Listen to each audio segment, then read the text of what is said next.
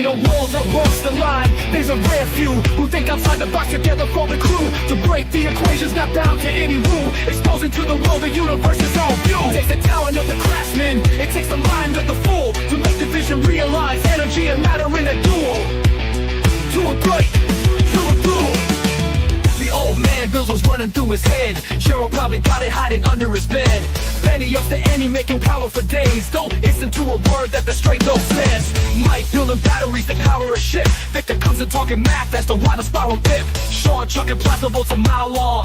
Sheila on the video making tones chuck the prongs. Burning breaking matter, they said it couldn't be done. And to all the people in the chat, I know you're having fun. So it's time to spend your Saturday with the doping old man Bills.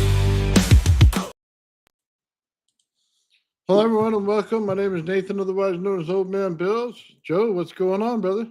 Hey, what's going on, everybody? TGIF. Rocking it out. Last week we missed you, man. Yeah, well, you know, it was a little break. You know, I had a friend come up and hang out with me for the weekend, so you know, it was a little change of pace over here. But I missed you guys too, and it's good to be back. Right on, brother. All right, man. We're talking torsion fields today.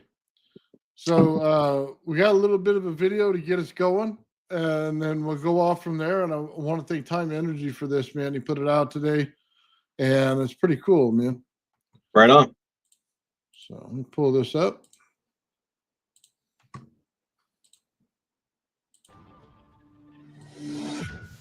The topic of torsion fields was popular in the early 2000s, but by now, discussions about it have died down. Most materials have been removed from the internet. The term torsion fields was introduced by the French scientist Elliott-Joseph Cartan in the early 20th century. Simply put, these are fields of twisting. It was purely theoretical, but practical results only appeared at the end of the 20th century. Various devices were designed, and everyone had their own explanations of the theory, since it was raw and didn't fit into fundamental science.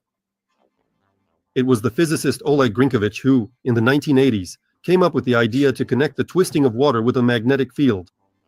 Relying on the 1932 patent of the French physicist Rancé, he built a device in which a stream of water rotated inside a tube and heated up due to its own twisting.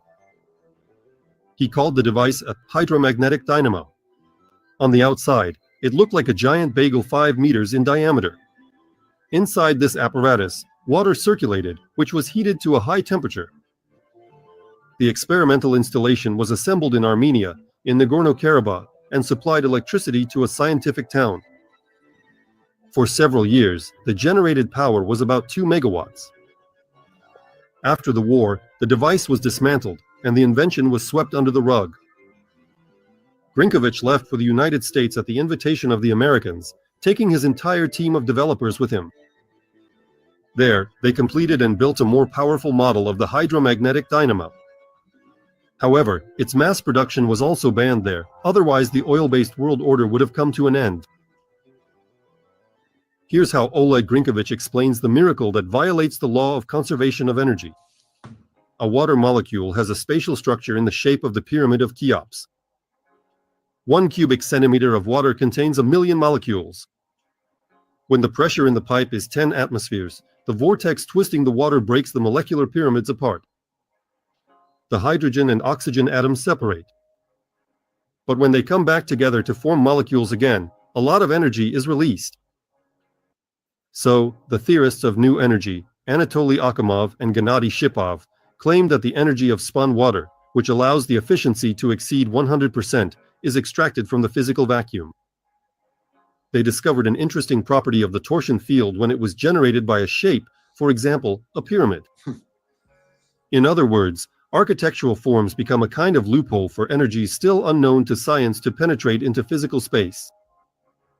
The mutual influence of different shapes turns out to be especially interesting. As it turns out, any geometric figure disrupts and polarizes the strict order of the ether, and a torsion field immediately forms next to it. Subsequent research led the authors to even more radical discoveries, which were supposed to replace fundamental science and inevitably change the course. So what do you think so far, Joe? I think that's pretty much right on, man. Like, it goes right along with everything that we're always saying. Yeah, it's pretty odd, man, how we're coming up with it now, but they had this a while back. Yeah, it's just a different means to the same end. Yeah. And rather than actually spinning and so on, using field modulations, you could come up with the same exact effect. Yeah. I love the fact they go into the geometry, though, just a little bit and kind of tell you, hey, these geometries do strange things with water. Yeah, for sure. All right, man. We'll listen to it a little bit more and then we'll get into the discussion. All right, sounds good. Of world history. As often happens during times of social upheaval, control over technologies by global governance weakens, and inventors start releasing perpetual motion machines and other forbidden devices. The same thing happened with torsion fields at the end of the 1990s. The team led by Shipov and Akhimov received support from the government and the armed forces, and in a short time, a multitude of technologies and devices were invented based on new principles that fit not only outside the bounds of official science, but even outside the bounds of official religion. These discoveries were intended to undermine the existing worldview as well. In the early 2000s, the Russian Academy of Sciences finally came to its senses and began to engage in the activities for which it had been created more than 250 years ago. The Commission on Pseudoscience declared the theory of torsion fields to be pseudoscientific and, within a few years, succeeded in completely shutting down the funding and implementation of these technologies. Valerie, Did you from just say personal the experience, Commission of in Pseudoscience? 2009, we corresponded with The Is commission of what? there's a Commission of Pseudoscience? Yes. Yeah. That's funny. Sounds more like the commission of bend you over is what it sounds Yeah, like. right. Well, it's basically like saying we're a commission of bad theory, and we'll determine if it's bad theory or not. Oh boy. Yeah, I, your I theory's heard not that. bad I was enough like, to did he exist. just say what a pig he did? That's so great. No shit, can't make this up. Bunch of Russians. Akhimov, and he gave a lot of explanations that you won't find in any sources. First of all, for a week he suspected that I was one of the trolls from the Russian Academy of Sciences who had harassed him so much that he stopped leaving his house. When I explained that I was studying the influence of astral parasites on people and showed him my website, he warmed up to me and started communicating. Okay, I'm going to stop it a little bit right there. It goes into the medical aspect of all this. So, Yeah, I'm cool. gonna, We could revisit that in a little bit. It's definitely a good starting point for our discussion today, I think. yeah. I mean, the medical aspect of it was great. And I'll leave the link in the description for everybody. Oh, okay. Uh, I didn't realize it was deeply medical. I thought you said something else. I think I got oh, to clean my no. ears out. Let me just say this. It goes right into the woo and right into what Oh, it actually does and stuff that we're not allowed to talk about. You know what yeah, I mean? true. So it hits pretty hard, pretty fast.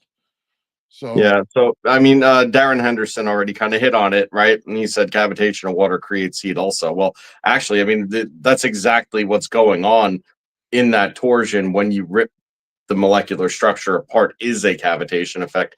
That's why cavitation in water creates an EVO. If you create a gap of what in water, right? If you separate the water apart from itself, then you're left with a gap of nothing, right? But we know it's not nothing. So more or less, what's going to be manifest in that area is going to be, a high density electrical potential. mhm. And that's what the cavitation is. Now, most cavitation effects aren't sustained, right? They need to either be in some kind of resonance to be sustained, or they need to be have a relationship to another sense of matter. But if you just have an Evo sitting there, not in any sort of coherence within it, then basically it appears into and then it collapses. And there's your energy event. So the energy event that they were discussing in the video was exactly that. It's the separation of, but immediate recombination of. That's the mechanism of the energy capture. Okay. Hey, I want to show you this, Joe, just because you mentioned the Evo. So we're only gonna watch a couple seconds of it, man. But I wanted to show this to you. I almost forgot.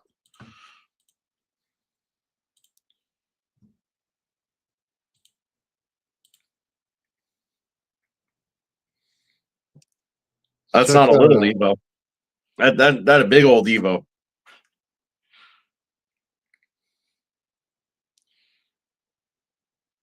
Look at that energy just come off of it. Yeah. I mean, not to be hypercritical on these things, but I never know what to believe with these things. Well, I don't know either, man. But see, that's worth watching one more time. That's fair. Thank you, Ulysses. Much appreciated, man. Very generous. Yeah, right on, Ulysses. I really appreciate that, man. Thank you.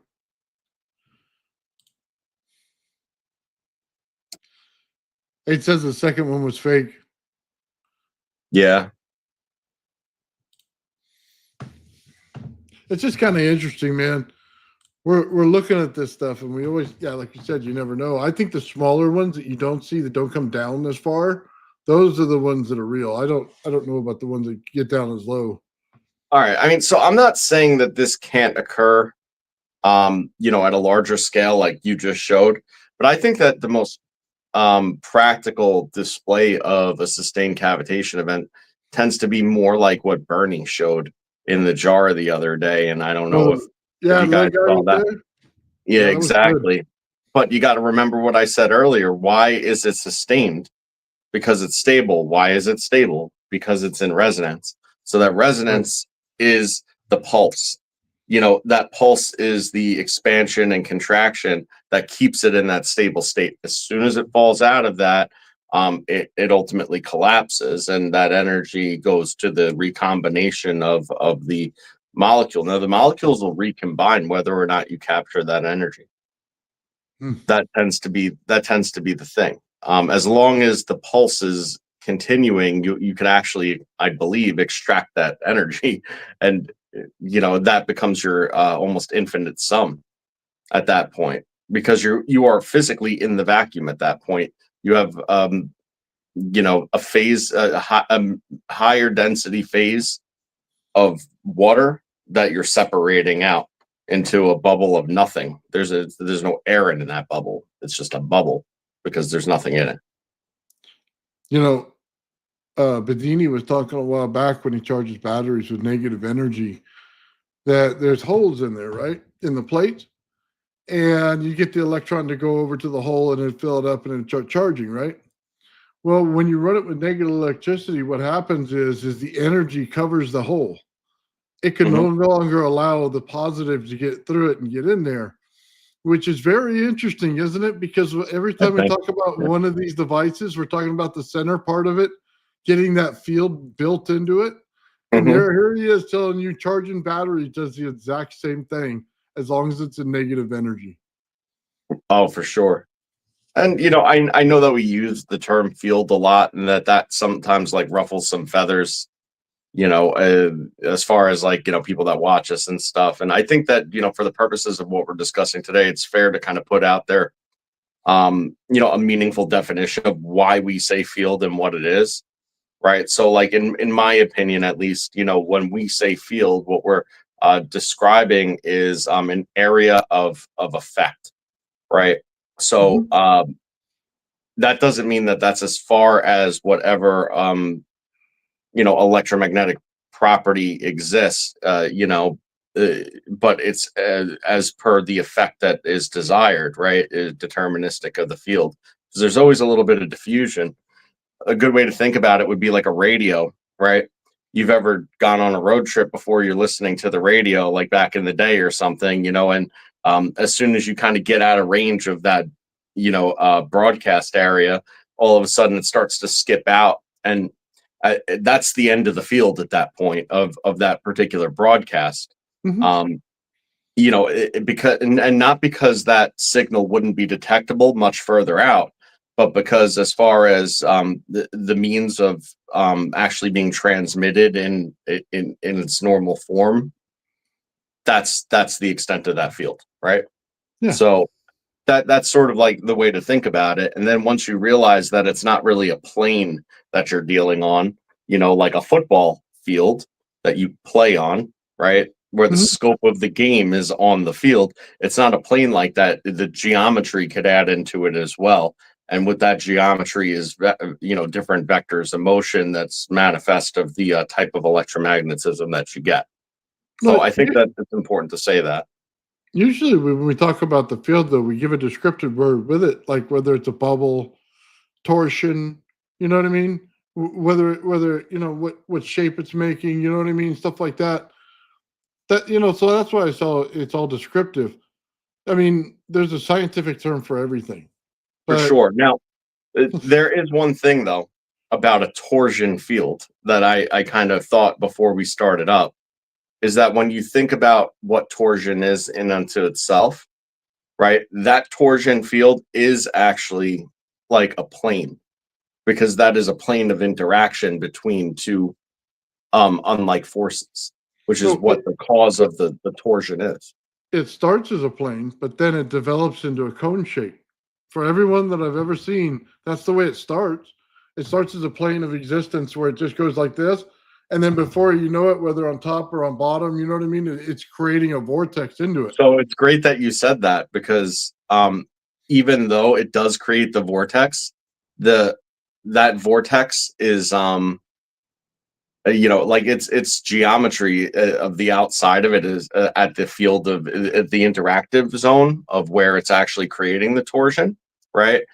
Is actually still a plane because it's just connecting two sides of the plane. Does that make sense? No, I It's like a understand. straight wire that you coil. It's still just a wire, no matter how you arrange it. Whereas like an electromagnetic field, for instance, has higher dimensional geometries. Yeah, no, I understand. Hmm. Yeah, so let's get into the torsion field itself. These things, how do I say it? At first, they're going to spray off. You know what I mean? Then they're going to draw in. So what they do is they get out into air. If you're just in open air, what they do is they start to work on the air molecules themselves, all the gases that are around you, and all of that. That starts a tension inside of this area, right? Then they start the vortex. Once it starts a vortex, you're pulling those things in. See, it's priming them and you're pulling them. So when they started talking about torsion fields and how it breaks up the molecules, right? Well, that's exactly where you get the molecule chain break. It pulls them apart, then it goes and puts them back together. And it pulls them apart, puts them back together, but you get the Hmm. burst of energy. So you get the same thing as Stanley Myers was talking about. As far as soon as you break them, you get energy. When you combine them, you get energy. That's the torsion field. So it makes perfect sense if you have two torsion fields and then the one goes into the other and then it starts going through and then breaking it apart and putting it back together, well, you get an explosion of energy on both sides of that. Right. So it's what you just said is so critical, and because it starts out different than it ultimately is.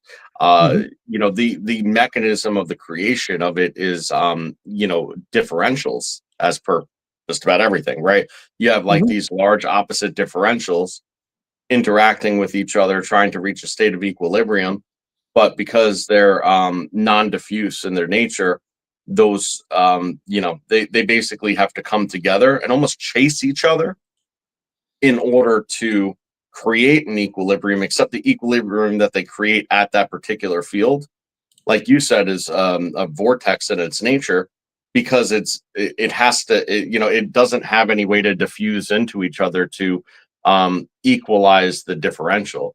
So that ultimately creates that effect, and it reaches a state of equilibrium, once the cone is actually formed and sustained.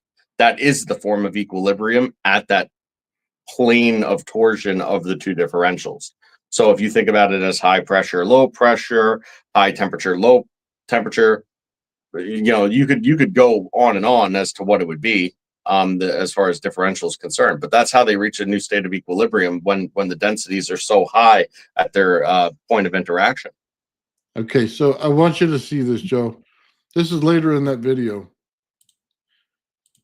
Guess what shape, by the way, here before I play it. What shape do you think that field is actually in? That they're, or what device shape do you think that they're putting this in to make the torsion field? You mean in the water example where they were splitting the water molecule? Yeah, well, in either one, water or air. I mean, well, I mean, I would assume that it's a torus. Okay. It's probably a ring of some kind, you know. This is gonna. Well, I guess this may shock you or not surprise you, or it kind of got me a little bit. Okay. So hold on. That's the device. Oh, not the guy. Yep. Why do you Yeah, keep flipping I to the was guy? just taking a look. That guy There we doesn't go. look well. Okay, so Well, the it won't pause. Why does it pause right there? Dang it!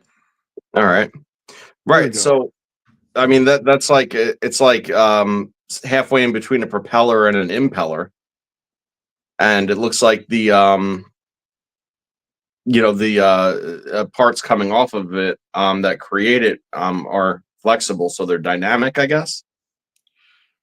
That's not what I'm getting at. We are building a very particular coil this weekend. Oh, I'm aware. Oh, yeah. I mean, well, the cone, first of all, that's what they use to smooth out pressure differentials to do away with turbulence. So, like, if you ever look at the nose of a peregrine falcon or something like that, like, thing dives at 200 miles an hour, right? You ever try to breathe while sticking your head out the window of a car? You can't. You know, how does the peregrine falcon breathe? Well, because that cone is like in its nose that is able to smooth out the turbulence to allow for the equilibrium to occur in So this yeah, case.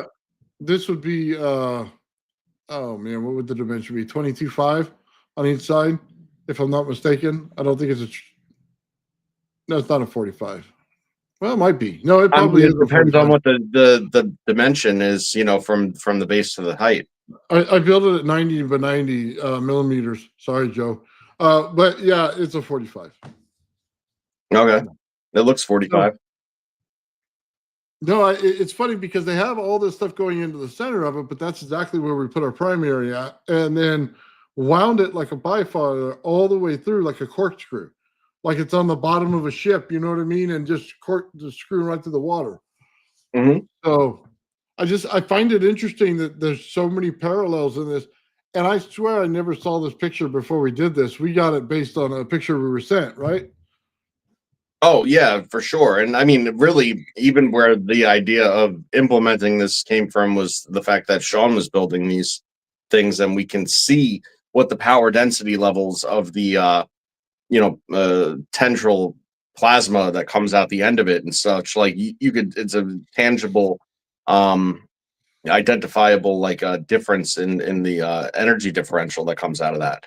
So you pair one with the next, and then you see the photo, and you're like, aha. So I Yeah. think you're right on, man. Well, what I like about it in the bifilar is there's no ground needed. It's based on where you put the primary. So each side has energy coming out of it. Mhm. You know what I mean? But in a bifilar, excuse me, or a bipolar, sorry, not bifilar, bipolar testicle, you move it left and right, and it decides which side's north and which side's south, and which side's grounding and which side's not. The more magnetic of the two becomes a grounding. And it's so awesome how that works. But in this particular one, we're 50-50. You know what I mean? It all depends if I Mhm. miss a wire or something like that, if it's got a different charge in there. You know what I mean? One wrap could make all the difference. It really, really could. You know, that's definitely one of those things where it being equal on both sides and having all the adjustments and the dimensions, like absolutely as close to correct as possible, is going to be critical. Because again, right, if you throw off that equilibrium on one side or the other, it's going to overpower the other, distort the other field entirely.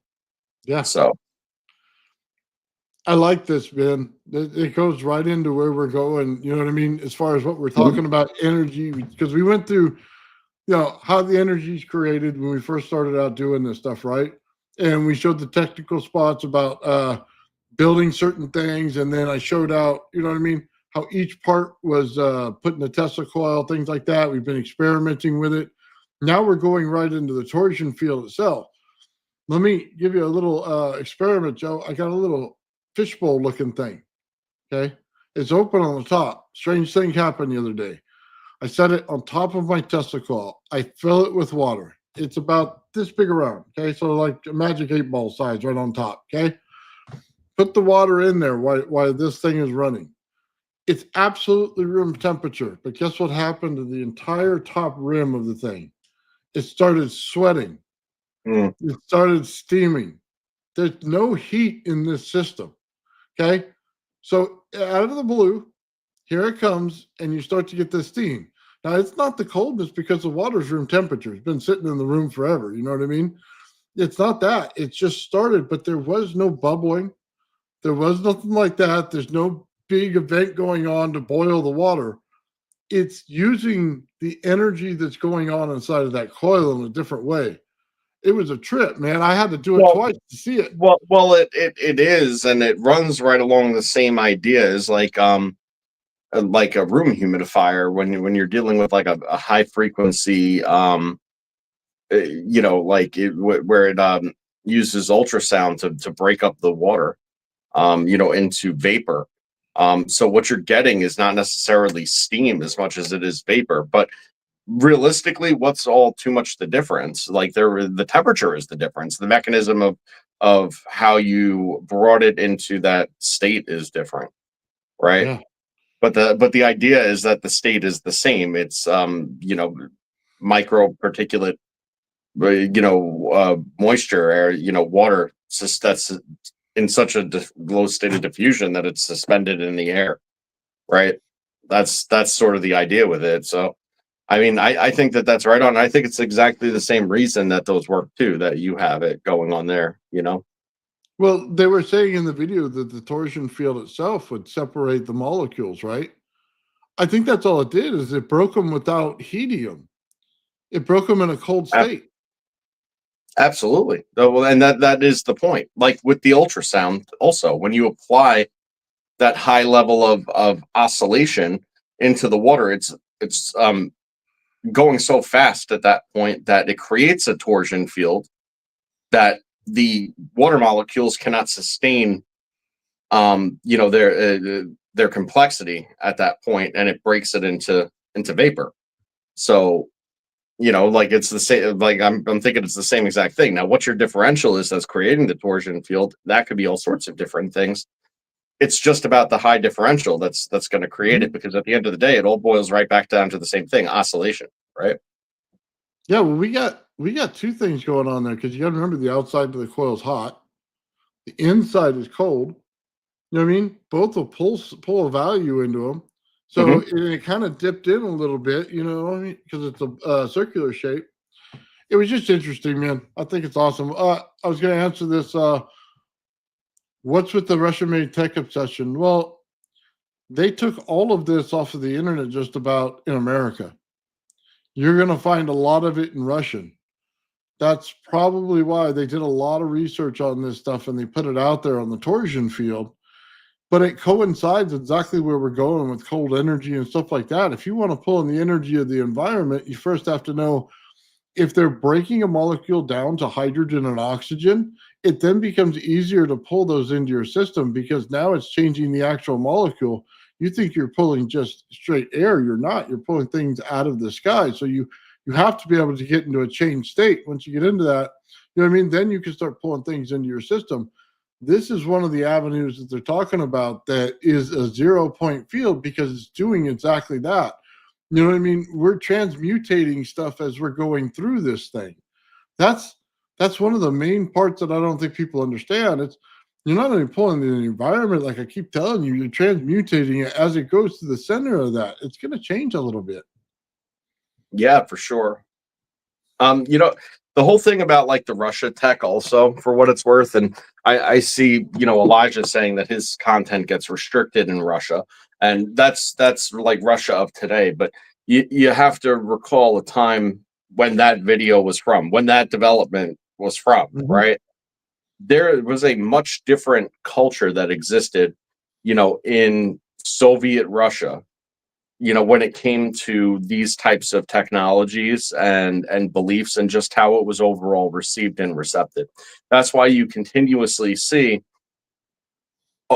wide out in the open, all sorts of things that we would consider extremely fringe today, that was just part of their normal vernacular in science at the time. Like, this was entirely their talking points, was everything that we discuss now. So, whereas we probably already had it and had it swept under the rug and hidden, and we were just busy managing, who says and does what, right?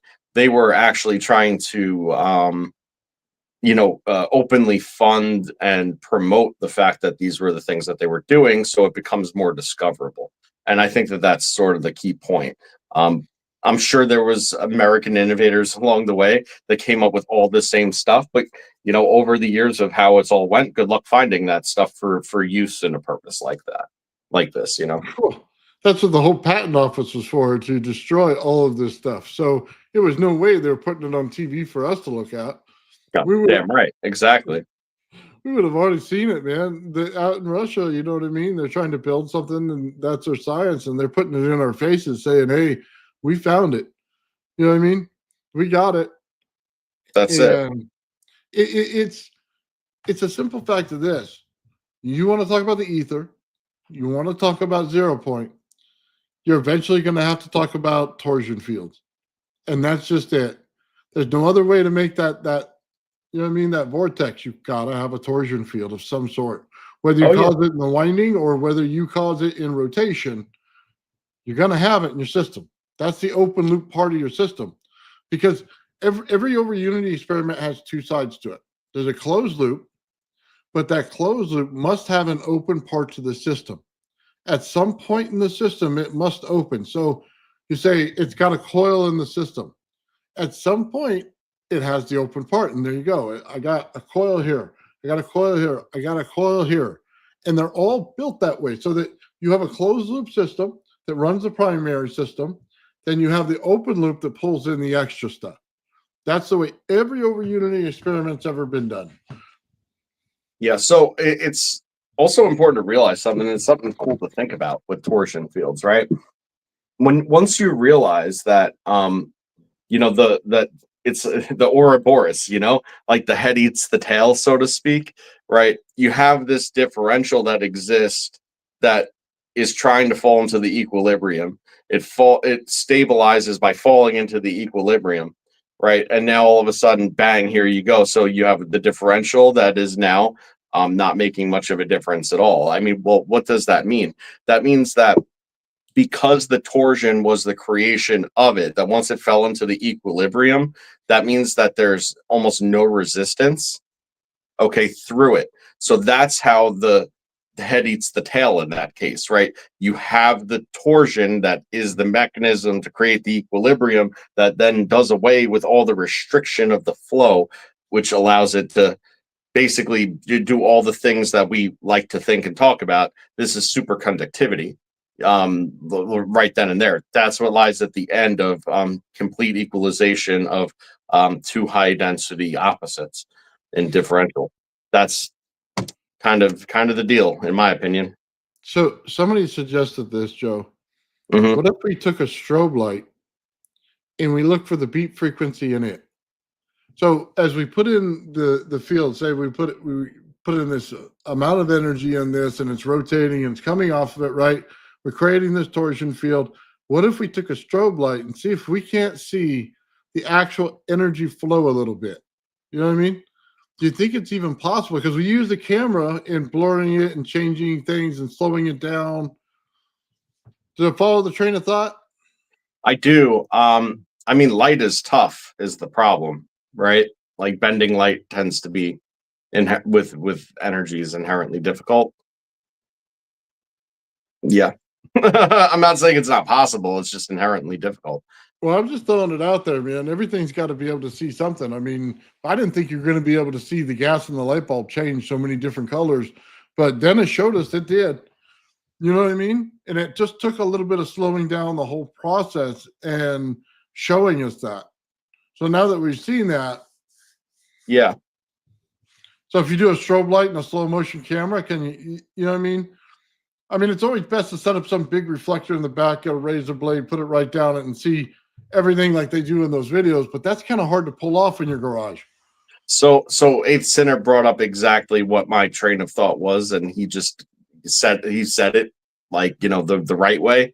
Like, realistically, the issue with that is the density, right? So it's easier in medium states of density, which is why light will go through different liquids for the most part, and act transparent. But if there's any sort of ripple even under the surface of the water that's not visible at the surface, they'll still bend and refract that. It's because there's enough density in order to have that occur, right? But not too much density that it becomes impossible to pass through, right? Now, obviously, this is why we use glass and other transparent stuff to exploit light, right? Because that's the best analogous thing as a solid for the most part as to water. Would be glass in that case, and we could obviously fix it to our needs. But water is the great example of the medium that would best reflect those changes. It's just so low density in atmosphere that I think it would be extremely difficult, to be able to see anything, but it'd still be interesting. And you might actually pick up on some kind of observable effect. I just don't know if it would be the effect on the light or not. I'm just throwing it out there, Joe. There's got to be a good way to see this stuff. I think that's why, by the way, they dope the lens with some type of liquid when they go to try looking for fields, and they did it in those glasses you talked about. Yeah, dicyanin. Yeah, and then Ken Wheeler did it as well when he wanted to see the magnetic fields. Mhm. He's doping the glass with some kind of a liquid, you know what I mean? And in order to see this. So Yeah, I think I he mean said that's he definitely even used, possible. he said there's bug juice, and he said, which just means a formula for something he came up with. And then he put his blood in there. And I'm wondering if the blood has a special property in it that reflects some kind of a refracts light or does something else to see it. Well, I mean, I'm just off the cuff without ever having thought about it before. I mean, obviously, we know what the iron content of blood is. So, obviously, we know that that iron is probably one of the most electromagnetically responsive materials out there. So, it could have what to do with something to that effect. Really? You think Yeah. that would, because it'd be really minuscule and small, right? So it wouldn't show up as like iron filings. It'd show up as something looking different, right? I mean, I don't know. Like I said, I hadn't really thought about that all too much. I could think about like the case of using that would be like in between two slides. Like if you think about like a microscope slide, how you Well, would that's what I mean by doping the compress it lens. between two pieces of compress it between two pieces of glass, which by the way is exactly what they do with dicyanin as well. That's exactly how dicyanin, because that's a liquid, they just press it up and seal it between two slides. Hmm. So I mean, same idea. I mean, I'd be interested to know. I mean, I'm not donating mine for the cause, but Look, I'm simply just trying to find a way to see stuff so that we can show it in a better light. It's always great in an experiment when you can actually see it and then everybody is on the same page. So I always try to find that way to do that. And there's got to be like a good well, way to see it. I mean, this is like really, you want to talk about like far fetched and reaching here, but I've talked a million times before about that Kagome lattice or Kagome lattice, which is the six pointed star with a um, you know uh, with the pentagon in the middle, and the way that it, and with a hexagon in the middle, and then how it builds out, right? Hmm. So, the way that those work is they allow for different orientations. So if you were to get, like, let's just say, and again, this is far beyond, in my opinion, the scope and reach of what we could achieve, but if we were to create a lattice where you're trapping iron ions, into the tips of the star, so to speak, then they could actually fluctuate in their orientation based on different magnetic fields. Hmm. And they would be responsive without necessarily being magnetic. So, something like that could potentially, assist with that. But again, that's like how you do that. I mean, that's far out of reach. Like at this stage, at least for us, right? Like we need to be able to structure some more simple things before we get to that point of being able to actually know how to put that complicated lattice together with the correct elements, right? No, I agree with you. I just throwing it out there. You never know. In the chat, they're pretty smart. They pay attention to all that stuff. You Oh never yeah. know what they come up with, and eight's already on it. You know what I mean? And Michael's there. I mean, Warcraft. Jarvis is always on it. Yeah. Right. Whatever his name is this week, Jarvis. Yeah. He changed it on me a week ago. He got me.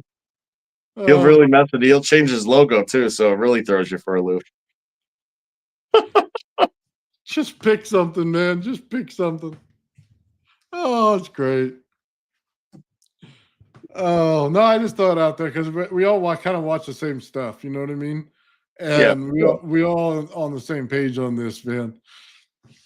So Limited State's on it too, man. He knows what's going on. Well, there is that camera, and I wish I knew the name of, because I never remember anything I watch, which is probably problematic. But that camera trick that I showed you when I was like, this is probably the setup that you want.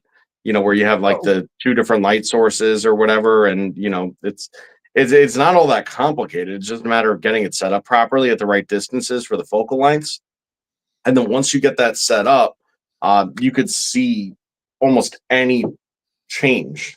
Almost any change. I would say something like that would probably have the best chance of catching it. Well, that's what I was talking. That's what I was talking about earlier. Because you see things in pink and you see things in red and blue. Yeah, we're talking about the same thing here. But that's not a strobe light, though. That has to do with that was after the strobe light idea. Oh, okay. Totally yeah. So that thing would be, I think, it, man. Like that's it. Said that little camera set up there, you could see all the different change effects of the atmosphere around you. So, it's one of those things though. You have to take your entire garage and convert it. Like it's not like a little process where you can set it up in a room and just take it down in an hour. You need a dedicated table at least for it. You probably need like an 8-foot table or something like that dedicated to the cause. Yeah, it needs to be like if you had a studio, you can just set it up in part of the studio and then it'd be perfect. You just leave it there that way all the time. I have to keep changing my camera in order to, take one shot and then go into video on whatever experiment I'm working on. You know what I mean? That's that. And then flipping it over to that. No, thank you. I'm not a camera guy at all. And that would suck. Yeah, for sure. Well, I mean, that falls right in what we're talking about too, falls right in line with what Ken Wheeler was discussing the other day when he was talking about the holograms and stuff. And then he was saying that he wanted to get into art and holography, but he just damn well couldn't be bothered because you got to set the whole thing up, and then you have to basically like let everything just hang out and chill in the room with no disturbance whatsoever for like a really, really long time, before you could then go and do the capture and hope that it came out. Because any single type of shift, even in the air in the room, is enough to screw up the hologram in that case. And it's exactly sort of the same thing, but actually it's the screwing up of the hologram in your case that you want, to be able to view it. It's that screw up that is that it's like, oh, there it is, right there it is. So I don't know, it's interesting to think about. It all kind of works on the same concept. Yeah.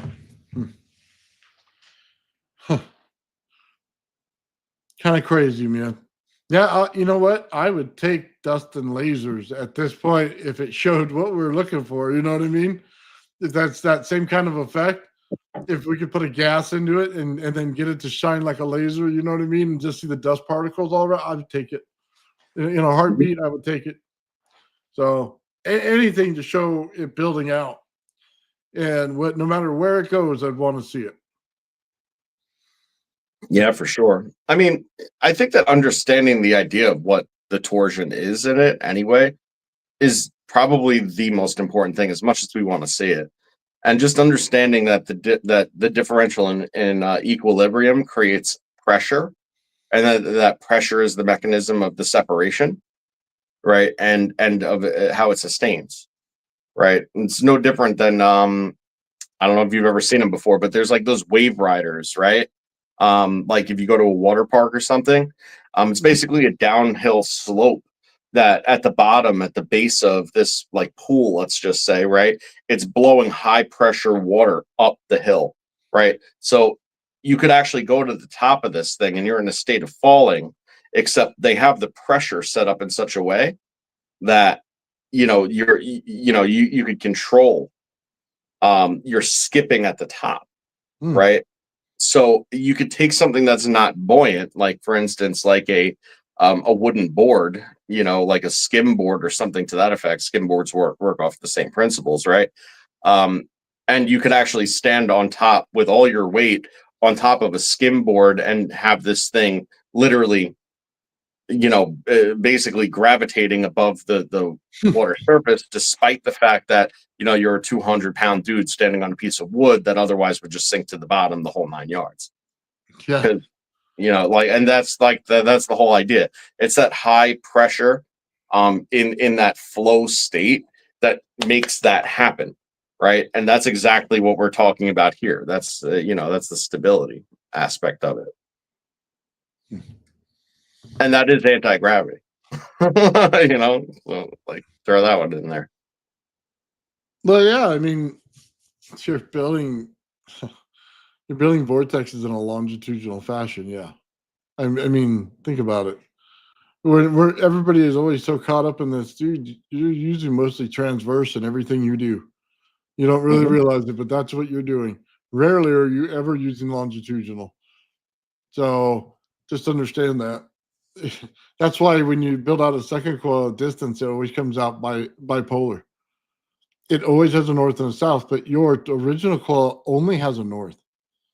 It does not have a south.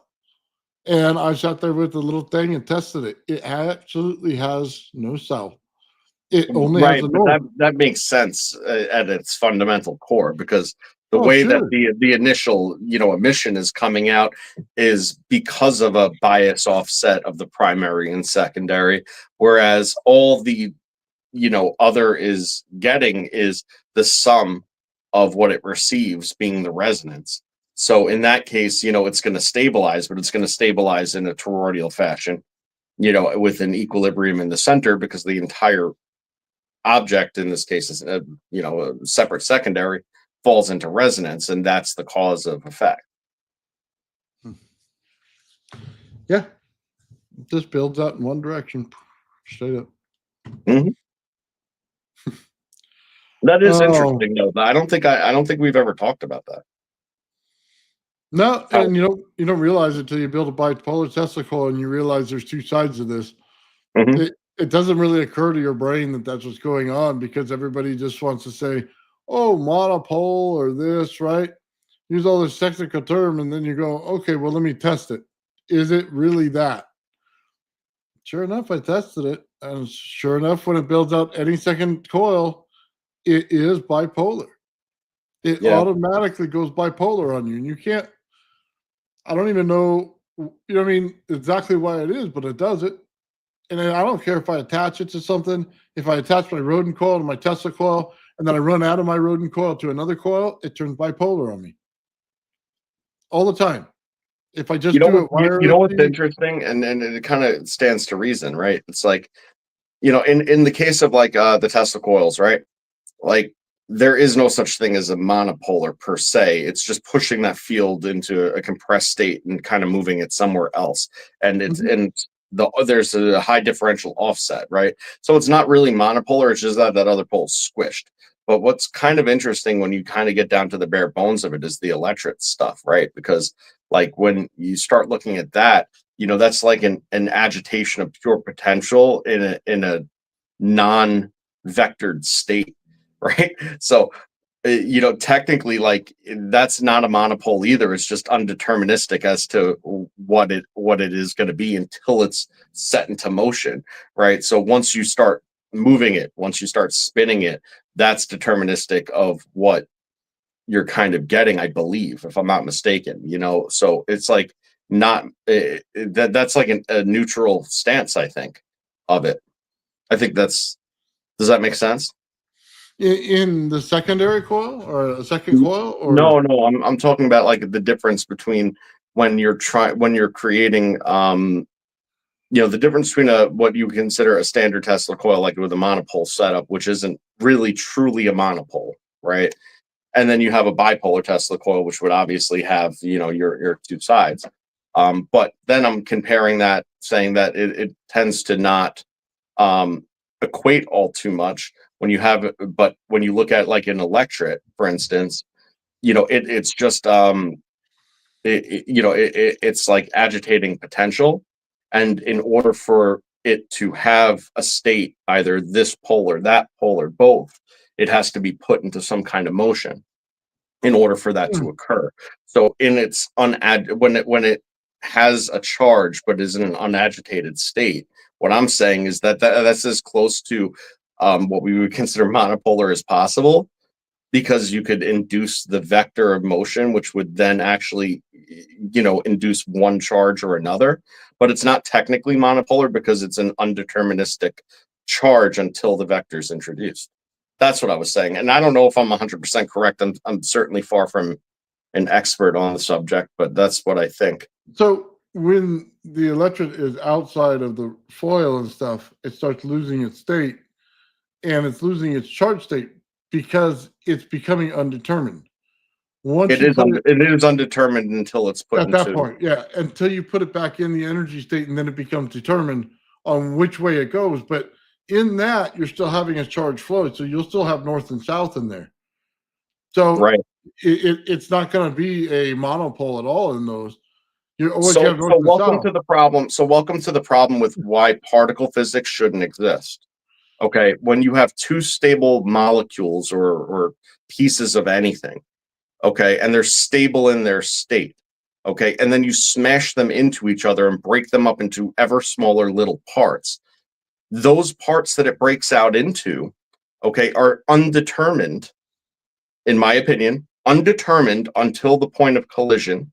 And then based on literal, middle school physics, okay, the size, direction, and everything, the spin that comes off of it based on that collision and stuff becomes deterministic of what the sensors pick up, and then what they determine them to be as a particle.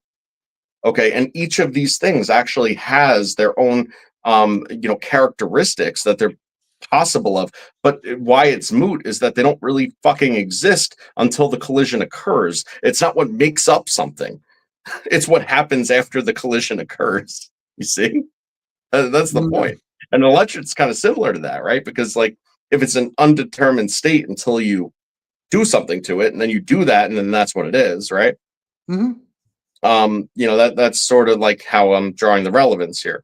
I don't know. You let them smash it together until they're blue in the face and destroy us all, because honestly, it's the most pointless thing I've ever heard in my life. You're talking about that stupid collider again, aren't you? Yeah, damn right.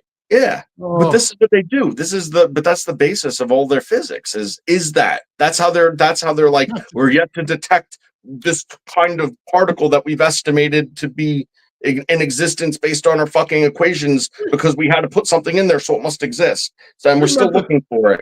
But all they really need is like that one collision that occurs where that one vector and one spin at that one density level exist, and then they're going to be like, we found it, but that's what it is. You know what I mean? Like, it's ridiculous. I got a question. Are they literally ridiculous? Are they putting particles in there, or are they just shooting lasers again?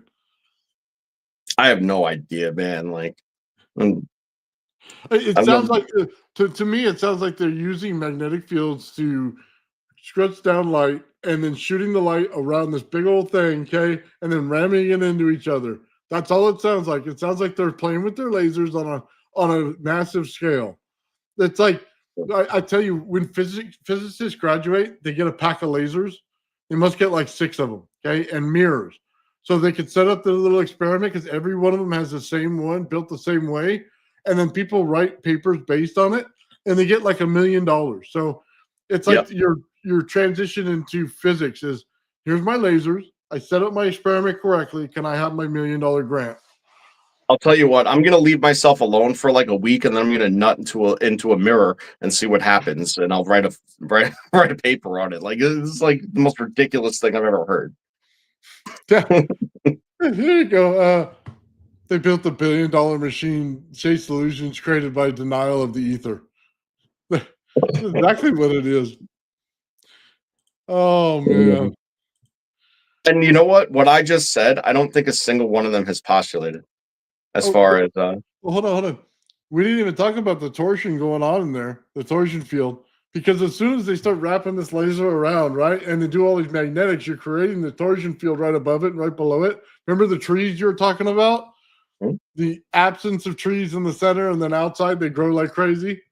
Yeah. Well, that's because it's pulling it in and pushing it out. That's how it reaches the states of equilibrium, right? And if you're getting something damn near, you're getting a piece of matter damn near the speed of light. That's such a wild differential that it's going to create that effect. Because like I said, it's the differential that's the mechanism of the formation of the vortex in the first place. It's ridiculous. It's so stupid, man. Dude, they're just ruining our planet for the sake of their bad science. Right. So they could see what they get this time. You know what I mean? So they could see what they get this time. That's it. Let's kill all life on Earth so we can see what we get this time. You know what I mean? Because all they're detecting is, if you imagine it as 2 like Matchbox cars, if you crash 2 Matchbox cars into each other at the speed of like a bullet, right? And then the tire goes flying off, but breaks in half, but then goes flying off in a right and upward direction, spinning counterclockwise. They're like, it's a cumtron, or whatever they call it, right. This is what I'm saying, and there it is, because it broke this certain way and went in that direction and spun this other but you realize that it's just the fucking bit of a tire that's what the physics determined that it was going to do upon impact. Like, it's fucking so stupid.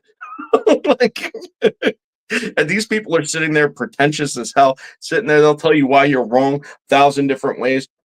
They'll sit there and write on a chalkboard that's the size of a goddamn room all these reasons why you're a nut, and I'm sitting there like, bro, it's 2 Matchbox hookers, all right? Dude, it's a Joe Nut duplex. Telling you, right into a mirror, so they could smash into each other. Oh my god. Dennis says we're only 1 hour in and thought he started. Well, you can't. Well, we can't go into particle physics and it not turn into this immediately, because it's just it's the most ridiculous thing I've ever heard. Oh my god. Dude. Yeah, and then like this is now. Here's where the peace and love comes in, and this is where I have respect for people. Okay, Phil wrote a paper, and congratulations to Phil.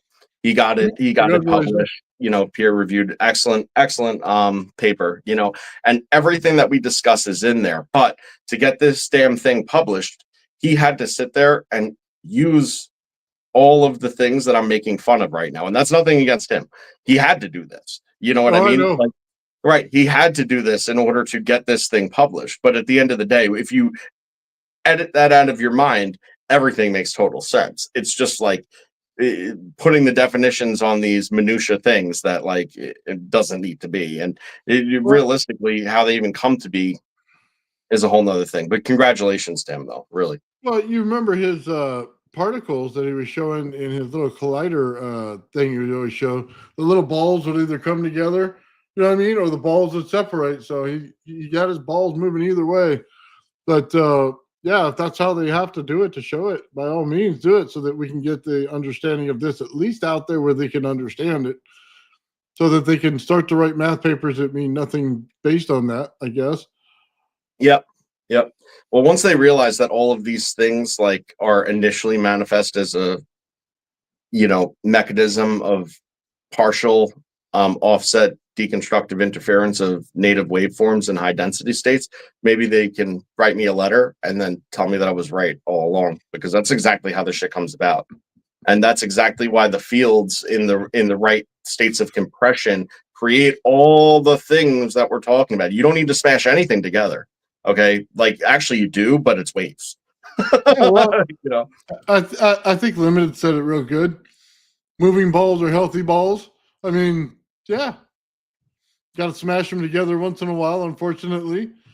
But when they come apart, you do just as fine. Jarvis says, just don't let Bernie try this with his homunculus. Oh, that thing is so nasty. Half Yo, chicken, listen, half man. man. I mean, it is, but I thought about it like deep and hard after the fact, and just like the idea of that. I mean, not only is it still Oh, utterly disgusting, like the the fact is that it's literally remarkable. It's literally remarkable. So like, there's nothing bad that you could say about it other than it's gross. It's remarkable though. oh man. Yeah, that one got me. It's pretty gross, man. As soon as you see what he was talking about, you're like, "Oh my god!" The jar wasn't bad enough, right? With the big schnob in there, fucking hanging out. But no, you got Right. to tell us about the homunculus. Yeah, Right, yeah, right, right. The spit and the drop of blood, like a tiny little bit of spit and a tiny little drop of blood, turned into like a severed toe with like eyes. It's like, oh, Oh man! that's like, man, that's hardcore. Wow. I love it. Oh, they love the balls, man. Love the balls in the chat. Oh. Yeah. Some things, man, I can't put back on the screen. Oh, it's great though. No, that homunculus was bad, man. That was just bad. Oh, yeah, but I think once they start figuring this stuff out, I think they already know it, and they can come up with different names all the time for what these energy states are, and they just don't want to say ether. That's all there is to it. They don't want to give any creditation to it whatsoever, so they don't say it. And when you go to build it, let me tell you the first thing somebody's going to figure out when they go to build this thing is there's the ether. They're literally going to do that for you. An engineer is going to be like, so you want to build an ether, right? No, we're going to do all this dark matter and we're going to run lasers and we're going to do all this, you know what I mean, with molecules. So you need an ether, right? That's the conversation. It's like, so you need torsion fields, right? That's what you're looking for here. We're not mistaking each other. Oh no, it's electrical particles going around like this to have electrons to go to the balls and the holes, and you're like, so you want torsion field? Because that's All what I'm right, going to make you. we're talking ether now, so it's like what we've had this discussion before, but let's have it again anyway. What is ether? Ether is everything and nothing, and that's the point. See, it's the fabric of it all, and you're in it and part of it, and that's the thing. You're just a higher density level part of it, and every little bit of you is just a more dense version of it. It's this condensation of all these things inside of the pure potential in the first place. Once you start ripping this crap apart, and you create a void, well, that void is just pure potential at that point. If you sustain that, like we've said before, if you sustain it through resonance, cavitation, high differentials, a bubble, right? Like Nathan always says, you got to create a bubble. Create your bubble. All right. Well, what's the outside of the bubble? Well, that's a torsion field. You see, because that's not just a bubble. It's like it's in motion, and it's that motion of the bubble that keeps it separate of the rest, that keeps it sustained. Like you got to add it all together. So that torsion field is the mechanism of keeping the bubble, it's there, and then it's the resonance that is the state of compression decompression that keeps it stable, and then all of a sudden you have a void in the middle, and what's in the void but pure potential. That's it, because everything else is pushed out, and that's the whole entire idea. So yeah, you're a part of the ether, and that's why if you start breaking yourself apart or molecules of anything apart, you get just pure energy. So funny. People don't realize it. Like, walk outside, man. You're in the ether. Like, Oh yeah. we're not in space. Well, Be inside, you're in the ether. Be in space, you're in the ether too. You're just in ether. That's what it is. You are ether. okay. First, they have to realize the fact that you're an electrical system on the inside, like you're pure energy on the inside, right? That's what you are. Like, literally, like, into your brain and everything else, the synapses and everything is in your brain is pure energy moving. And here's the thing: I was thinking about this earlier, right? Why these quantum computers and stuff are still garbage.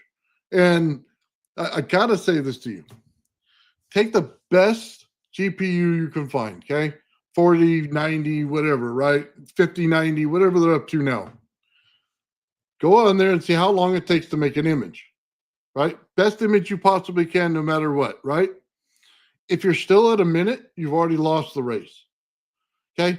As soon as you close your eyes, you're going to have that exact image in there with every single detail, and you'll be able to run 360 degrees around it, okay?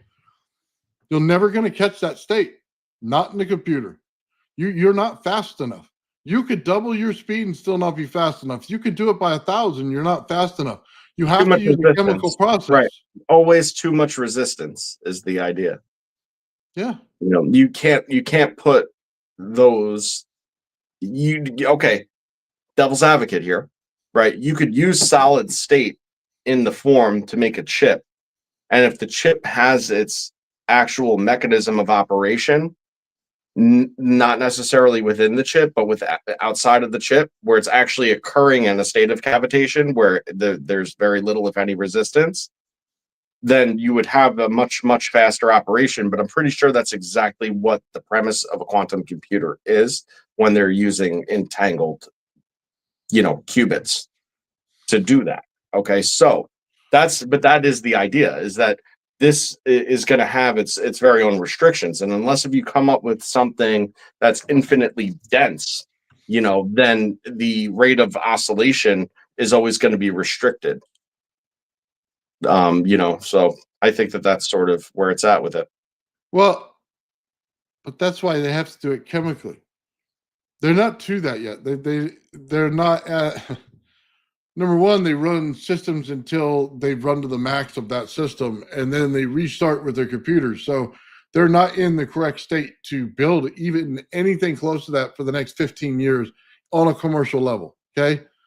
Now, it maybe in circles of the government, maybe, but they would have to get into a liquid state and start using plasma in order to do this. They're not there. They're not there at all. So when they start saying quantum computing, basically what they're meaning is it's quantum tunneling. So basically they're saying that this little electron particle could jump right over this little gap faster, and it can do it. It's like overclocking, right? But all it is saturation of the two sides of it, right? You're saturating the emitter and the collector, and you're overriding the base by going super fast. Okay, that's what they're trying to say. But in a chemical process, it's 10 times easier to do that. They just haven't figured out how to make it into a chip yet. That's it. But that's what I'm saying. That's why humans are so superior to computers, and they always will be, because our bodies naturally do it from birth. We're given the access to do that. And if we get our charge states mixed up, we get a savant, right?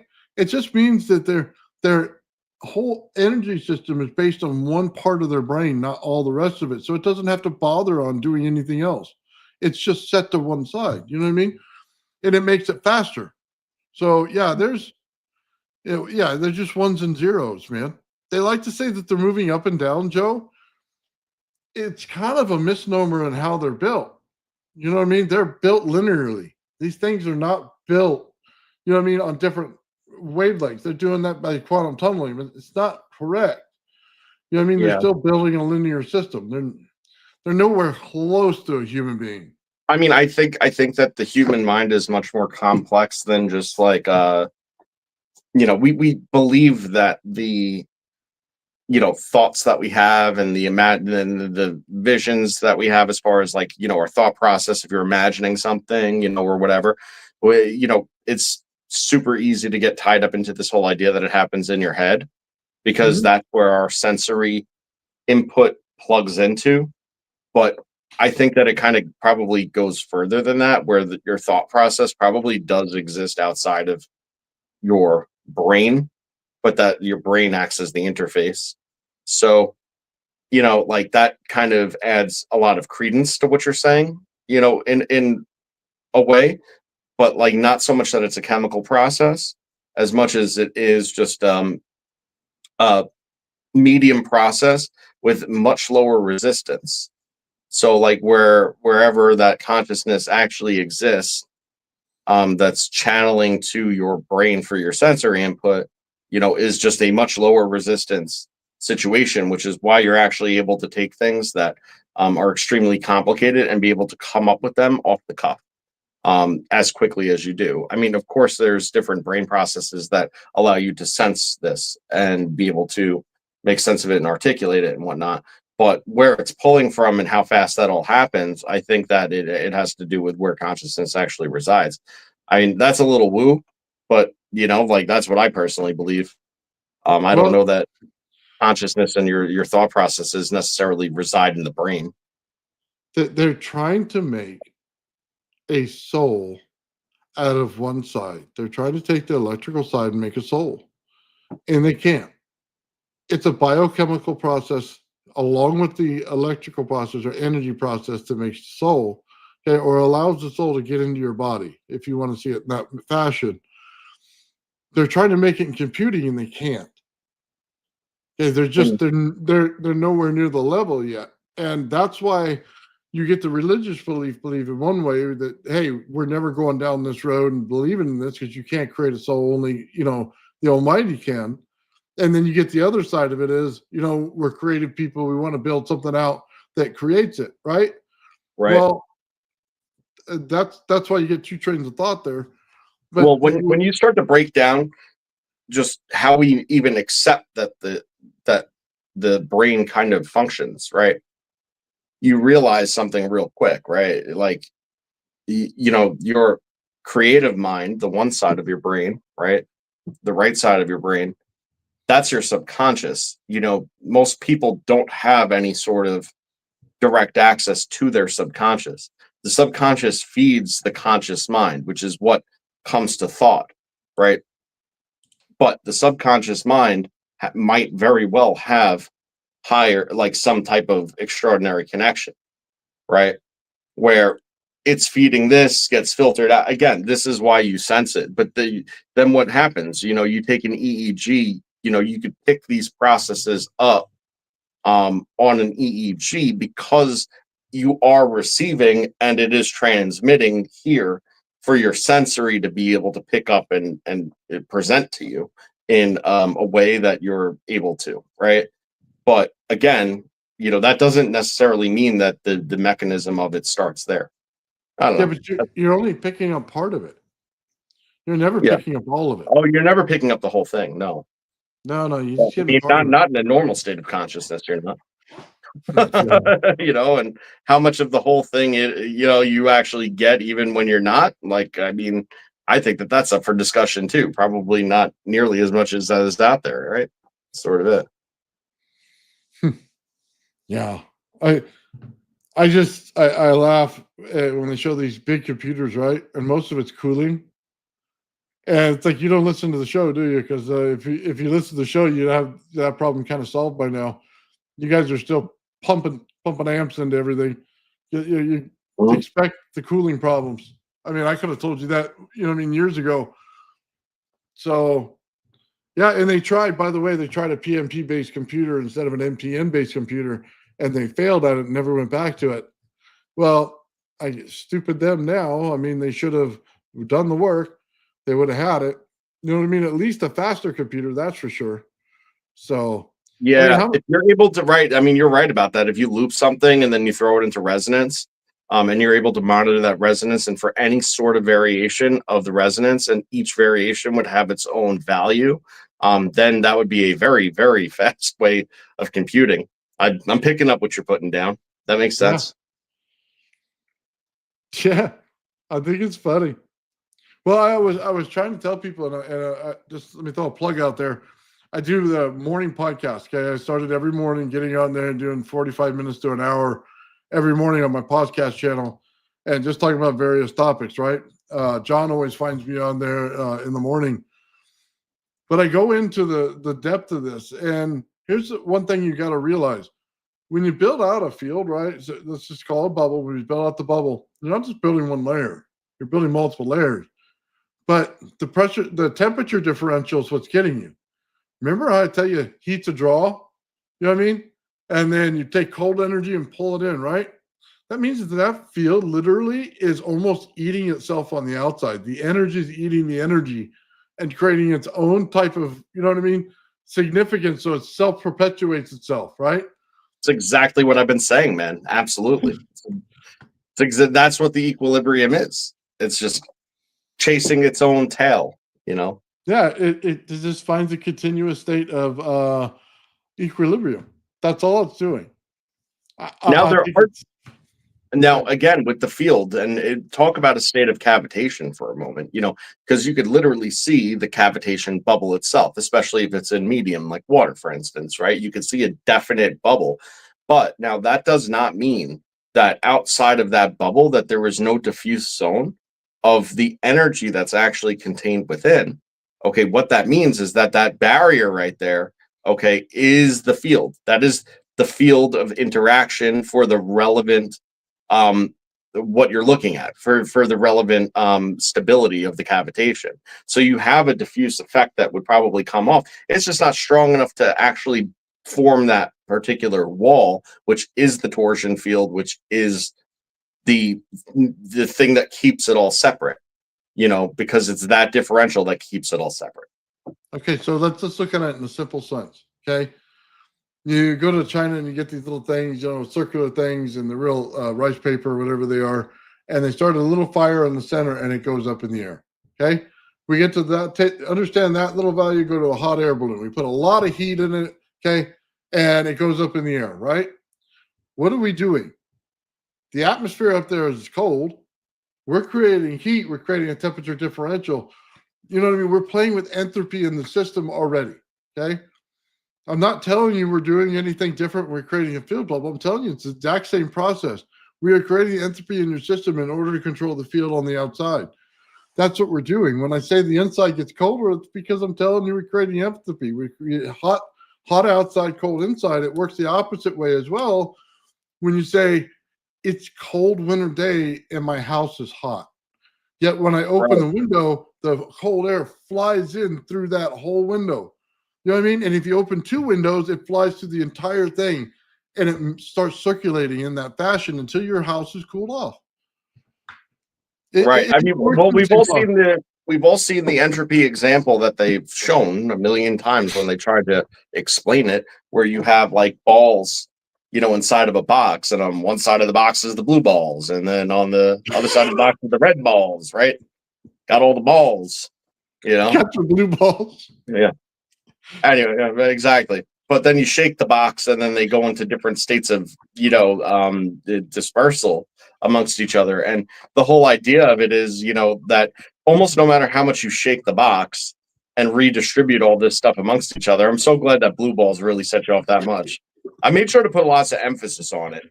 You're shaking the Like, box, man. taking the box to get rid of the And blue they ball. come out everywhere. Right. I'm trying. Anyway, so like the idea here is that you shake the box. Chances of you ever getting back to the original state is very, very low.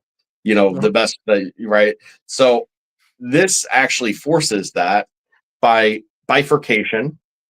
Okay, so the separation. Okay, and then the induction of the vectors, which create them to fall into a state of equilibrium. So it's that bifurcation that's always the important thing. That's why the charge separations are so important. That's why the temperature separations are so important. That's why building things, somewhat symmetrically, or at least in a way mirrored, like you like to say, not symmetrically, mirrored, is the critical component, because without that, you can't have the bifurcation.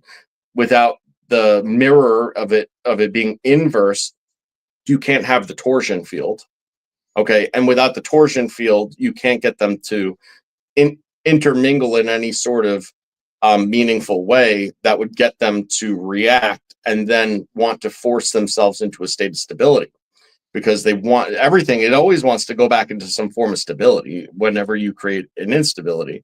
So that's the whole idea. Separate, right? Invert, bring together, and then let it fall in.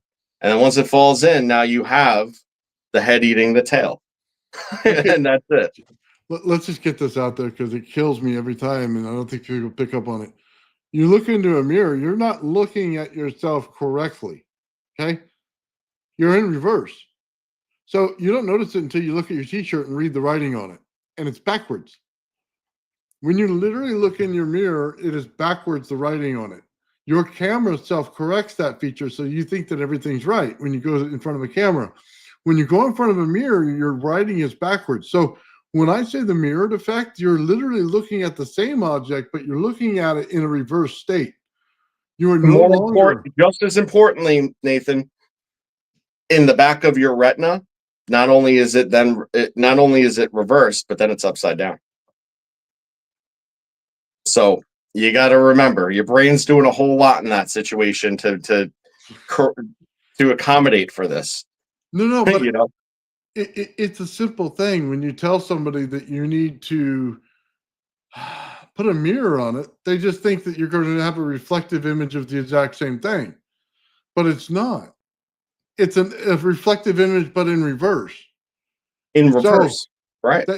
So that makes perfect sense. Which is why I threw the retina in there. Yeah. That's why I threw the retina in there, because guess what? What your brain did, okay, is make reality more relatable, okay? But that's not objectively what's actually back once it's observed, okay? What's objective is what's observed. So that inverse reflection is then upside down, and that's where it's critical. It's got to be totally inverse, which is why inverse is the word. It's not only mirrored, it's also the other way, which is why, when you talk about like Stranger Things, what do they call the other place that's kind of similar to the place that we're in, that's not the same, is the upside down, where everything is upside down and backwards.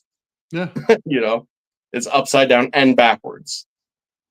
So a lot of people know about that stuff, but how they express it is always very interesting to see. You got to understand, when I start talking about Egyptian things like the cross, I'm telling you, they have a higher technology level than we do at this very moment. They had a very high understanding of what was going on. If they're telling you back then that you could do this, and then it comes out that way, if they're showing you winding patterns and the winding pattern itself shows that reversal state, you should start to look at it, because they had it way before us. They're so far advanced of us. Oh yeah. I mean, they had this thing down because they weren't stuck up with words and stuff like that. It all came from the same culture where they worked on the science itself and every aspect of it to get it right. They had it. It boggles the mind, man, how we lost it. And then now, as we start to rediscover it, they try to hide it from us. Yeah, I'm going to show you a symbol, and this is directly related to what we were talking about when we were talking about the conical coil and how we were going to make that primary work, but not the way that you decided to do it, the complicated way that I said to maybe should think about it. But you see that? That's exactly what we're talking about. You see how it's just upside down, but it's also inverse? Mm-hmm. That's the reversal without the flow change. See, because that's another critical component, is that you can't change the vectoring. Okay, because if you change the vectoring, then you have a disassociation of the manifestation of the electromagnetic effect. You follow? It's a lot of words, but it makes sense, right? You need to be able to keep the vector the same while flipping it all. How do you do that? By inversing. And then having a common place in the center that actually acts as your switch point, your neutral switch point, which is weird because what you find, and that's the beauty of that S coil situation, right? That acts as a switch point where the directional winding in this case, right, is exactly the same top and bottom, you know, and it never switches that vector direction at all, ever, but yet it switches as far as it's rotational. So it's both the same and opposite simultaneously.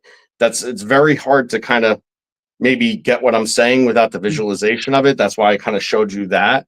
But it's that S curve in the middle that allows for that to occur. And you just have to remember that the winding never changes, just the direction of the not direction, orientation, okay, of the other thing is changed. It's the same, but the orientation is changed, right? Which No, then I makes got it it. invert. Yeah. I got it. So again, this goes back to what I was saying to you when we discussed it. The vortex is being created in opposite fashion. So it's a diamond, right? So we're making this diamond and it's created in the opposite fashion. We needed to go like this. So what did Sean do to his when he created it? He built the number one coil just like this, right? That means it would build out like this on the bottom. So then he would be able to create the vortex to go into the vortex that's like this, which makes perfect sense, right? Absolutely. The whole thing with the S coil is that they're creating a vortex when there is no vortex of winding to create it. So I said it was redundant to do it twice. You know what I mean? But I understood why you were saying it because I understood the build out of it. I just thought it was redundant. So, you know what I mean? I told Joe the same thing, and I'll say it to everybody here. I will build an individual one, put the S one on the bottom, build it up on the side, and see if it works. You know what I mean? He may have a whole new winding for one of these things. I think it's like less, to me at least, it's less about whether you built it that way or not. It's just the idea of what that wire is doing in that circumstance. That's the important thing to understand, because the rotational the direction of the rotations, right, stays the same, but then ends up inversing on itself, even though it doesn't change. Then that's the interesting thing about it. And that's why I brought it up. But I mean, yeah, I mean, obviously, if you're willing to do that, I mean, definitely. But but like that was sort of definitely the point of bringing it up. I mean, think about like a tornado, because I mean, you want to talk about something that's a vortex. I mean, that's the vortex we all kind of relate to and know. And if you think about the conditions that exist to create, a powerful tornado. Oh, hold on, real quick before you go any further. You're talking about a hollow shell vortex where there's a winding on the outside and then there's a winding on the inside. Is that what you're saying here? Like a hollow shell where it's hollow, like an ice cream cone hollow in the inside. What do you mean? Just like, okay, say we take the V and we rotate it 360 degrees, right? But then we take another V on the inside and we do the same, but this part right here is hollow. Okay? But then we wind the outside winding one way and we wind the inside winding the other way. Is that it just popped into my head that you said tornado, because that's what I think it always is. It's always two counterwound systems, but they leave a open area in the center for a null zone. Well, that probably does exist. It has to exist in order for that continuous rotational energy because if it was crashing, if it wasn't hollow in the middle, there would be so much turbulence that occurred that they would not be sustaining, right? So that there has to be a certain level of that. Now, here's what's interesting, okay? And play with this one for a second, because it goes right in with magnetic fields, okay? And what we know about that, which is Perfect, because we know that the vectors of a magnetic field is spiralytic. Pick up what I'm putting down now. The more energy it actually has, okay, the tighter it all gets. So you would think that, a more powerful, therefore larger tornado would probably therefore have a proportional center that's hollow, but that's not the case. Okay, it would actually be smaller. And the reason it's smaller is because the power, okay, of the differential that's in the equilibrium actually has more pressure in the wall, so to speak, right? So that pressure in the wall actually tightens up as it gains in strength. And as it tightens up, it's actually able to sustain that rotational force with less and less space in between because the walls become that much more sort of stable and impermeable. So Okay. it becomes like this very interesting dynamic that occurs that kind of goes opposite of what you might think, because the more power that's in it, the more stable it becomes. The more stable it becomes, it's almost like a pseudo gyroscopic effect. It becomes more difficult to influence with external force because of the strength of rotation, which tightens it up. And we know that when we put too much energy, or not too much, but when you put an excess of energy into something that is going to create a magnetic field, that magnetic field doesn't necessarily draw out and expand. It actually tightens up to it, but in just more, more powerful of a way, right? So it doesn't throw it out as much. It tightens up. And that's sort of the idea. But the center geometries are absolutely affected as well.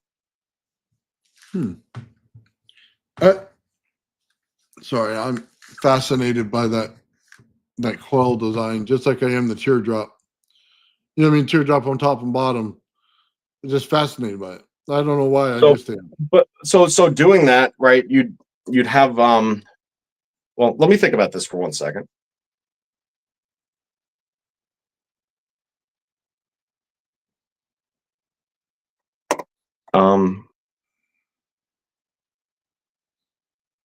I mean, realistically, all it would be doing is, like, I think, like, it would be another.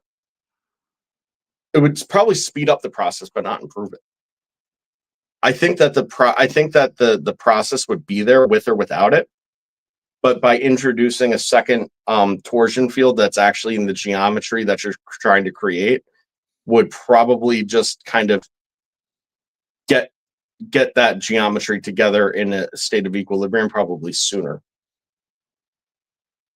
It's sort of like, it's okay. So the idea here of what I'm saying is like this: if you've ever like drained water and then, it gets to a certain point, right, where it starts to spiral down, right? Cool. It starts to spiral down. It did it, right?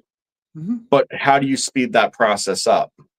Well, you could do a couple things. You could stir it externally to get that rotational force going, right? Or you could kind of put like a straw down the middle, right? Which does a couple of things. First of all, it alleviates the back pressure, which allows it to fall into a state of equilibrium faster, without disrupting the state of equilibrium that would otherwise break the vortex, right? So that's what the straw down the middle would do, is alleviate that pressure differential that would screw it up otherwise, allowing it to induce faster. And then would also give a center point that would act as a point of laminosity to allow the flow to also then smoothly occur down the center, to the point where if you were to take the straw out, provided that there's not a pressure release from the other way because of that aspect of it, but you get what I'm saying, it would actually allow for that faster formation under better conditions, right? Because you're optimizing the conditions for the creation, but not necessarily amplifying in any sort of way the effect, because realistically it's doing, like, it's going to create it regardless if the differentials are high enough. And that's the key. Now, if the differentials are not high enough, then putting a second working in the middle like that would probably amplify it enough, maybe then to induce it. So it could have that effect too. Yeah. There's something to this, man. There is. There's something to it. I agree. It's. I'm thinking another thing in my head. If we simply look at when the teardrops come down like this, right, and you get that figure 8 pattern, which is going to go on, but then you take the center and you diamond shape it like this. If all you did was suspend a anode in there, just a piece of metal, that thing would light up like daylight inside that thing, inside of a glass chamber. It has to do with the flow of the energy and where it's going to, right? And the direction it's coming in, because it's always like this on both sides of it. So it's always surrounding an energy. And Right. as we saw, every light bulb takes the metal in the middle and draws it out to the energy. So no matter what we did, that thing would be pure light in the center. And I guess I mean, it's you're more not of a, wrong, because you're taking a massive amount of potential that's in motion, and you're taking it away from it by introducing that. Because yeah. it changes the entire dynamic of it by putting something conductive in the middle. But it goes to how do I want to say this? How to visualize the energy. Some of the stuff that I'm talking about is not practical in how to build the system. It's impractical, but it's a visualization of the energy field itself. So where are Right. they building up? Where are they pushing out? You know what I mean? That's Hey, why I proof say of- them in right. there. Being able to provide any sort of proof of what's going on is, for what we do and what we're talking about, this is all critical stuff, because nothing we've said doesn't make 100% sense. Nothing that we said doesn't have a direct analogous that you already know is proven in science, right? But yet this is rejected, and why? Yeah. Well, that's why when Sean started building out this stuff and doing 3D coils, it was so important, because he's showing the visualization of what we're all thinking in our head. And then we follow that visualization to the correct outcome in the flow state of the energy going through the coil, right? That's what's so important. And one thing I got to tell you about these coils real quick that he built, and I didn't really realize it, okay? In AC flyback, you're just dropping winding on top of winding, and it can go left and right, on a bobbin, okay? In Sean's coils, it's one flat layer. So if I'm doing 20 gauge wire, it's not 20 gauge wire that goes like this throughout it. It's literally one line. It's one wrap over top of one wrap over top of one wrap over. You get what I'm saying? It's completely different than the way you would think it would be, which is a ton of wraps. It was just fascinating, because it only worked that way once you printed what he did, and then started to look at how thin it was and how each one is and how they build out. Yeah, very different way of thinking about it. Well, when all the wire gets piled up, depending on what you're doing, and whether you're going one wrap all the way to the top, and then whatever, like that's all going to be wildly dependent on what your system is ultimately doing. That's what it comes down to. Okay, but hold on. Let me throw this at you, okay?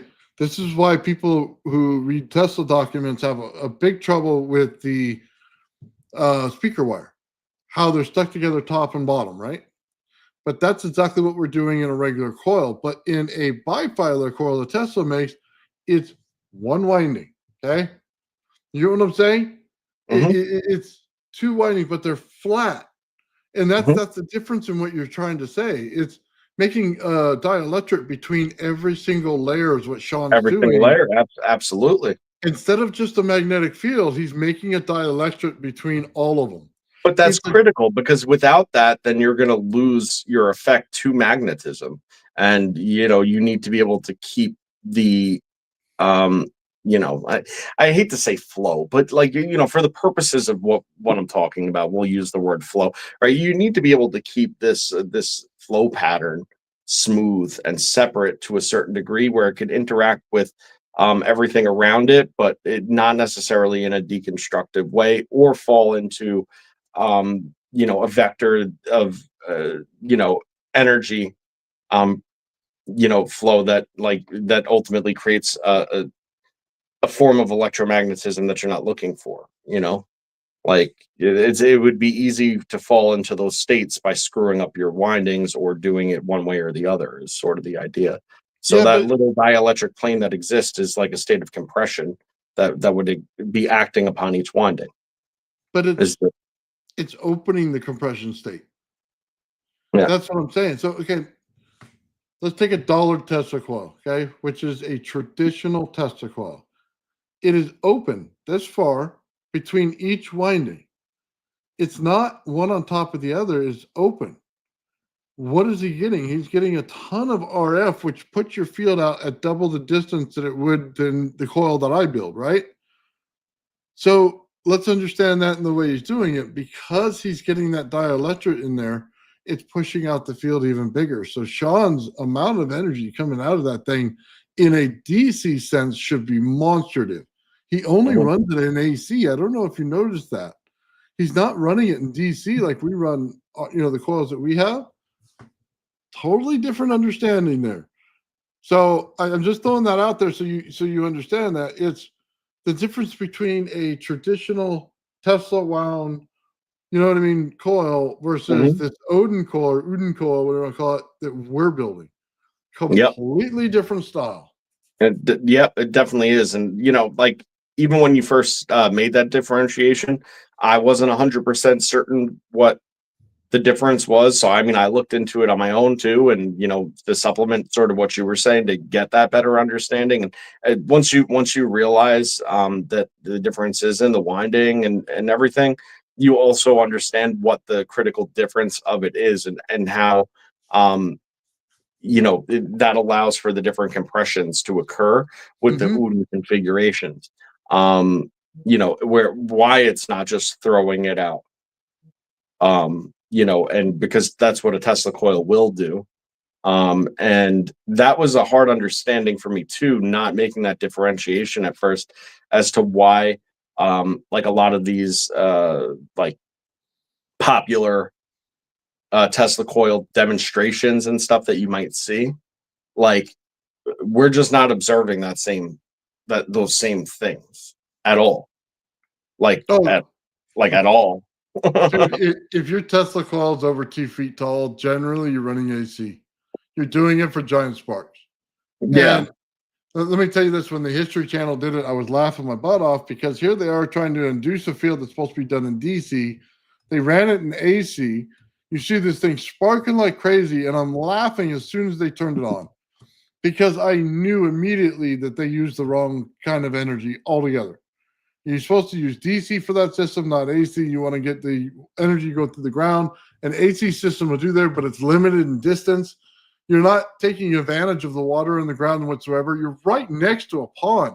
I mean, for God's Right. sakes, I man. mean, you knew that they were using it wrong when they were poking the boat with the stick in the example you're giving. They're like, yeah, get in there, stay away from it though. It might kill you. Yeah, God, that's definitely not what anybody intended. dude, I would have dropped a big old structure right in the center of that pond, man, and put that thing right on top of it, run it in DC, and blast the living daylights out of it, man. You might have seen glowing fish come out of that thing, man. But I'm telling you, If you had one of your coils that you build configured the way that you do it, okay, and it was the size of one of theirs and powered by this, like the right stuff, but like equivalent energy wise, to like what they're doing, and you would have done those same experiments, it would have been an entirely different outcome. Like oh, why, like you'd have been lighting up houses on the other side of town, dude, I'll light up your car lights at 20 feet.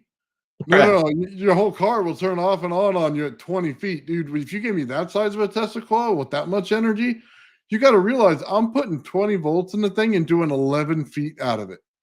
Well, I right. mean, So imagine what happens with our current grid system, though, if you were to oh, do that into the ground, into the lake, yeah, that's what I'm and saying.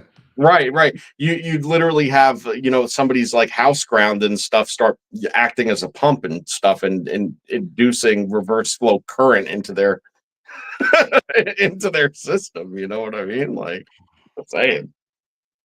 Yeah, think about it. I mean, give me a 3 foot. No, they had like a 4 foot coil. Let's just say somewhere around 4 feet, it looked like. Give me a 4-foot coil, and I guarantee you I push that sucker over 20 feet. Because I could do it 11 feet with 20 volts. I mean, we're talking, give me, what did they go, 120 volts at that? We could do it at 220. Either way, man, I could pump that sucker out. Maybe we can get 40 feet out of it. But that's a scary field to be around, man. That's literally. You stole the words right out of my mind, man. I'm sitting there like when you just said 220 into your power supply. I'm sitting there saying to myself, like, I don't want to be anywhere near this thing. Like like nowhere near this thing. No way. Well, you see it at like 20 volts makes you sick, right? It could get right. Yeah, right. You put the wrong situation together, and like all of a sudden, yeah, 20 volts would be making you not well. You imagine that? Oh, here's old man Bills. He's at a lake over here. He's gonna light up his Tesla coil, and then boom, it's like freaking. Well, listen, if you want to, honestly, if it like kind of burned me with RF for like better part of a day, right? Like at 20 volts or whatever it was, you throw that same deal up there and you crank it up. I mean, my God, you'd be throwing radiation off of that thing like nobody's business. Dude, I don't think you could stand next to it. So no, you would not be able to stand next to it. Would it build a wall of energy? Like, would you, like, when you walked, would it slow you down or anything as soon as you walked up to it? Or because you got to have some kind of effect when you're pumping out that much juice out of a coil. There's got to be something because your body's going to be like on fire. Like on fire. Every molecule in your body is going to be on fire. On fire. Yeah, literally, because at 20 volts is scary. I got to be real. I mean, I think that you'd be cooked like from the inside.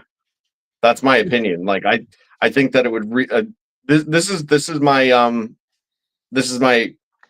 like thought on that. All right. I think that it would induce your bloodstream into some kind of incoherent resonance with your biology. Okay, and then it would also change the magnetism of your actual plasma in your blood and create a separation and coagulation, and you would boil, and then I think you would probably die. I'm pretty sure. Like I'm kind of just working off the cuff here, but I'm pretty certain that's what happens when you get up to those types of, and especially if you let it build out. Because like we keep on saying, you let it build out, you let it build out, build out, build out. It'll reach that point of equilibrium where it's like, I can't build out anymore. Let me collapse. Nope. More energy.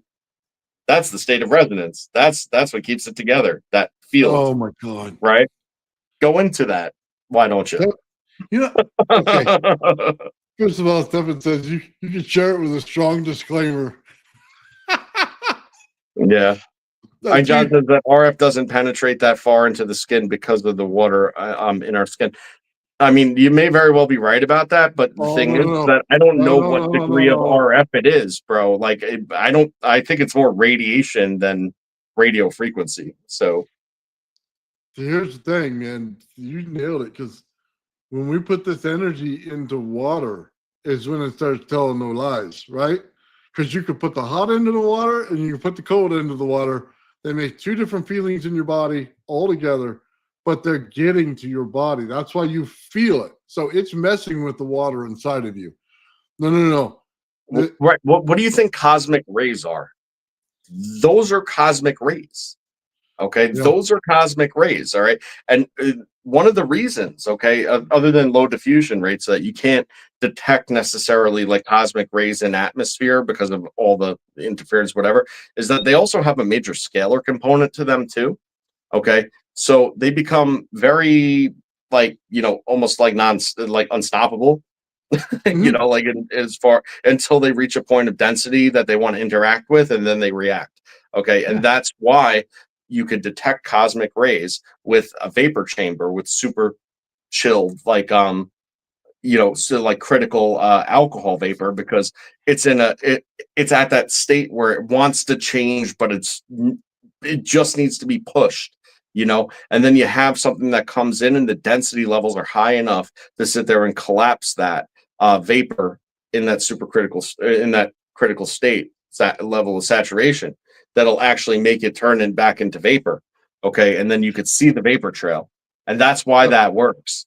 So Okay, do you want to hear something insane? You know how powerful this coil is now. I was looking for a PMP that would allow me to push through at 80 volts, okay, of DC. Now, I was going to couple that with an 8-inch diameter pipe in my front yard to make a fountain, okay? Make it like my Tesla coil fountain in the center of my front yard, okay? This was my great big scheme thing to do. So, number one, I don't even think the energy would get outside the field. I would have to literally run it from the inside of my garage to turn the thing on, okay? But then I don't even think I can get to 80 volts, okay? Because it's going to turn on every light on the outside of my house around it. I may have to find an empty field to do it in. But that was my genius idea. I thought, well, let's just build one for the front yard. Maybe I could turn on some lights, right? Well, no, I think I'm going to light up the block.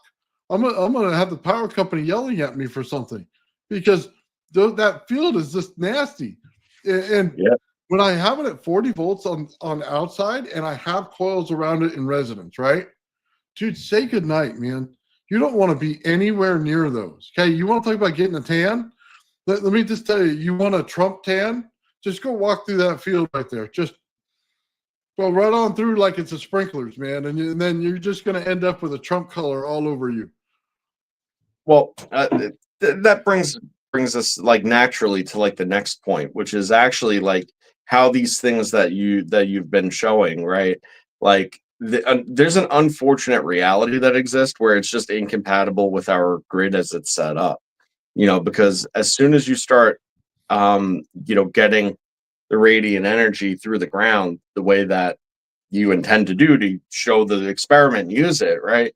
Like at the end of the day, it starts messing with our grid because it's working reverse of our grid, turns everything into a pump that's grounded out, and then ends up in a state of constructive interference. And every one of these like transformers and stuff like that are grounded out and whatnot, well, now you're putting them into like a hyper pump state.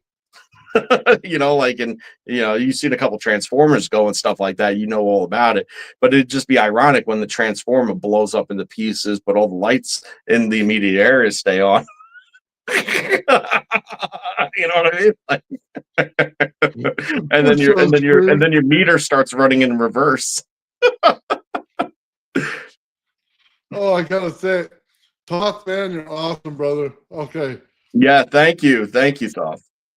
Pulse the Uden coil at 963 hertz. That's not an easy task. Okay, right under a kilohertz, right? Phase lock plasma spin and EM field use matching inductance to align the electron gravitic precession and modulate the coherent discharge. Yeah, that sounds on point, to be honest. Yeah, I'm thinking about it. How the hell am I going to get to 963 hertz? Because we got some megahertz. I mean, I got the 17 megahertz on a small coil. Going back. Hold on, let me read this one more time. I might help you here. I need to get close to read it with my squinty eyes. All right, pulse Uden coil 963, phase lock plasma skin, EM field use mash inductance to align electron gyroscopic precession and modulate coherent discharge. I mean, first of all, the root of what you're saying, again, I agree with all of this. I mean, if you need to get that low and you can't because of the restrictions that obviously exist with getting a low frequency like that. Fuck. I just care how to build it. I that's what I'm thinking. So, but maybe this isn't like, maybe this isn't like a primary and secondary situation. This is like two primaries and secondaries with with a secondary with a beat frequency. Maybe that's sort of how you get it.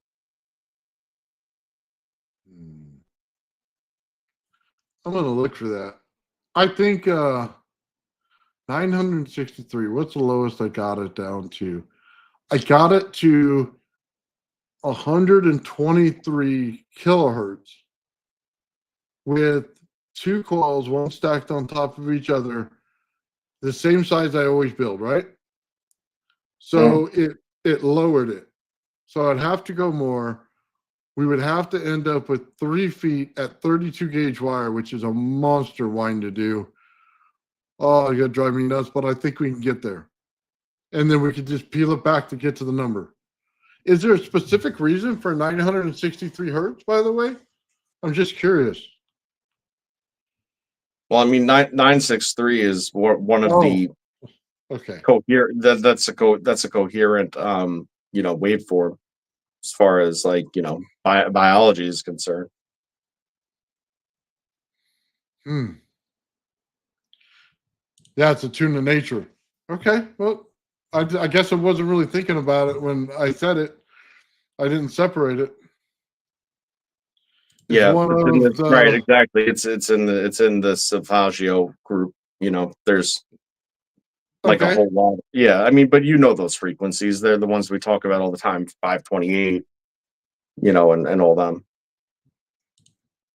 All right, man. 432, 528. There's like a whole bunch of them.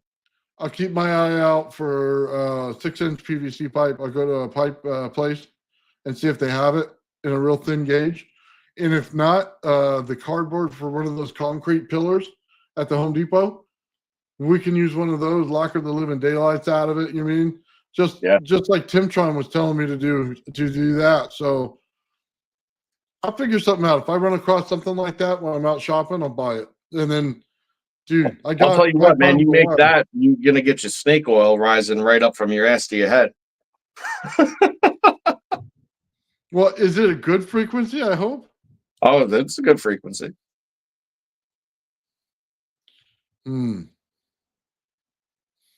Got it. All right, I just want to make sure it's not going to kill me. I mean, other than that, I'll set the sucker off. Troubles me. The trauma that you're going to feel from your rising kundalini might be enough to do away with you, but that's something that you're going to have to contend with. Just give me a call, dude.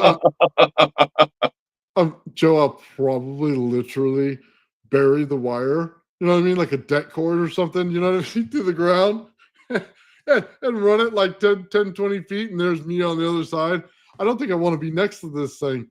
I mean, listen, you run that thing at a high enough energy level, you stand on the ground with like no shoes on and stuff, you become a fucking etheric beacon, for Christ's sakes. Like whatever our background looks like right now, that's like you.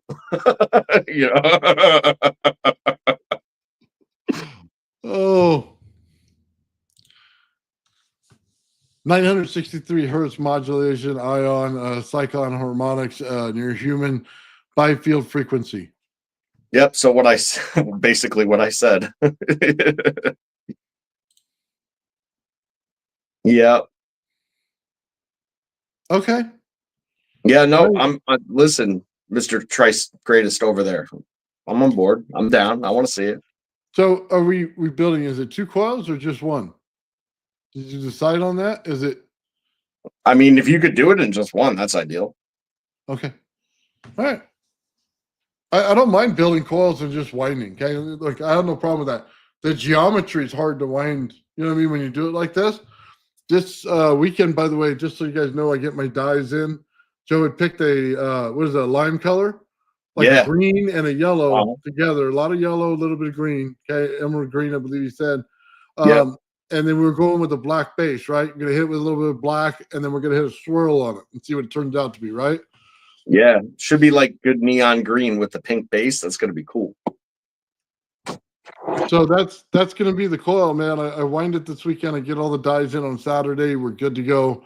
That's gonna be the first one I ever do. So if it starts a fire, we're just gonna hit the gas on it, man, and let it burn. But if it works out and does something pretty cool, it's probably not my first attempt at doing this. I can tell you that. Well, it won't be my last, I should say. It'll be the first attempt I do it.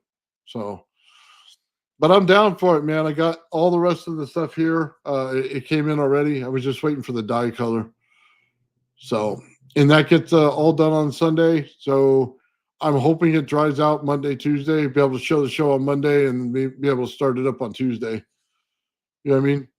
And then I'm going to separate the top and bottom rod at a distance So I'm only going to put it in this far on the top, like to go inside the coil, and the rest is going to come out. We'll put a tip on the top, and we'll leave a blunt on the bottom, and we'll see what it produces, man. That's See the what way she we're going to does. go. See what she does. John Bigman's saying that the 963 creates a 6-pointed cymatic, standing wave pattern. So that's actually interesting because, again, that falls right in line with what I was talking about earlier when I was saying about structuring something in a dynamic fashion, right? Where with the Kagome lattice structure, because that's the type of arrangement that would be needed for that. So that might be more critical than we even realize. Hmm. Well, once we get into the hertz, it goes super fast to cut them down. I don't think it's going to go slow at all. I think we're going to crank right through it. It's just about how much more winding we got to add to this thing to bring down the frequency. That's really what it is. So maybe 2 might be good, because then we might throw that sucker into the 600s. You know what I mean? Maybe 7, somewhere we find a number in there. You know what I mean? Like 830 or something. You never know. Well, I mean, you get it low, then you could just make whatever adjustments you have to get your number. But I think that what the struggle has been being able to achieve the low frequencies, right? Oh yeah. All right. Excuse me, I have to turn my air conditioner on in here. Dude, go for It is 85 degrees. It was Oh. not 85 degrees when I started, so I'm Yeah, not going to get make up it and through do it. this.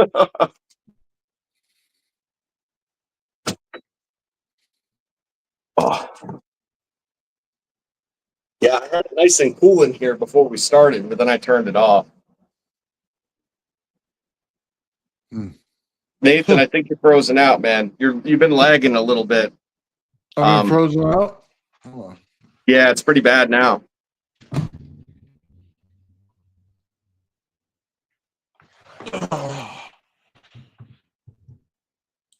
Come on now. Hey, listen, that's how we know that I'm just totally full of shit and have no idea what I'm saying, is because I'm the only one that never lags. And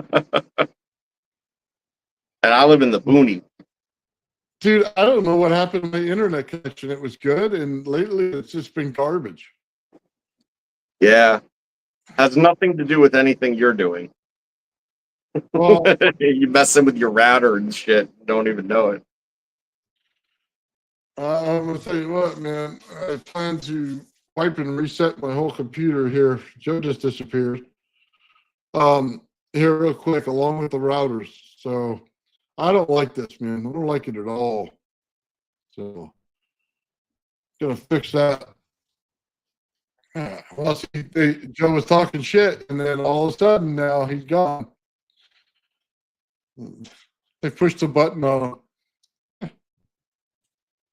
See?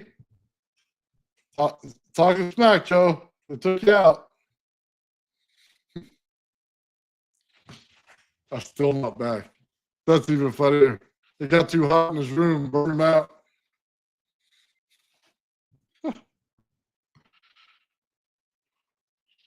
Oh, man.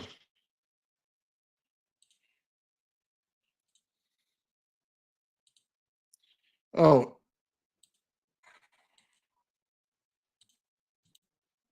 no, it's not.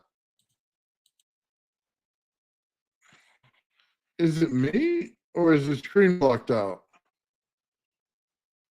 I mean, I see a black screen. I can't hit the Yeah, there you button. go. Yo, old Dude, man, I think it's this company, give me man. give It's me the streaming thing. It's all screwed up. I don't know, man. There you are. Yeah, you're lagging huge, dude. It's really, really bad. All right, man. Well, you're in here, so stay in here for a minute, and All I'll right, drop cool. out and come in here. I'm here. Here I am.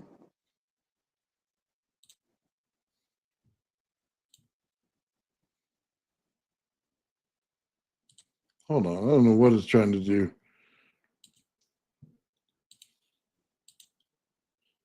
Let's hope it doesn't end the stream, Joe.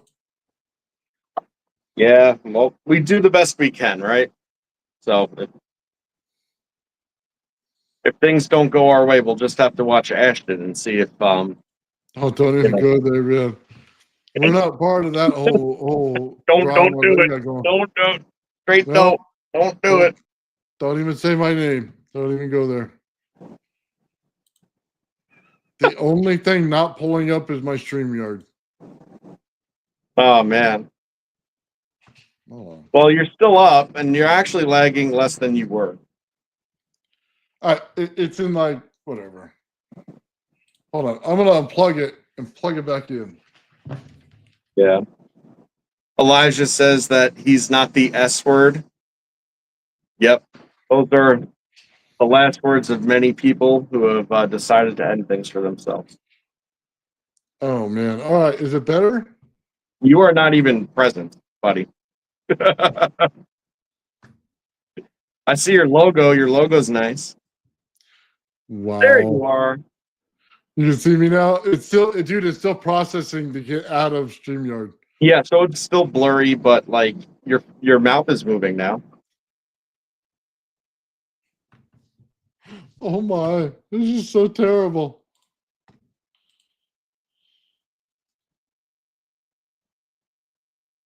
Oh my god, I'm so big on this screen. This never happened before. I don't even remember what we were talking about. My attention span's like this long.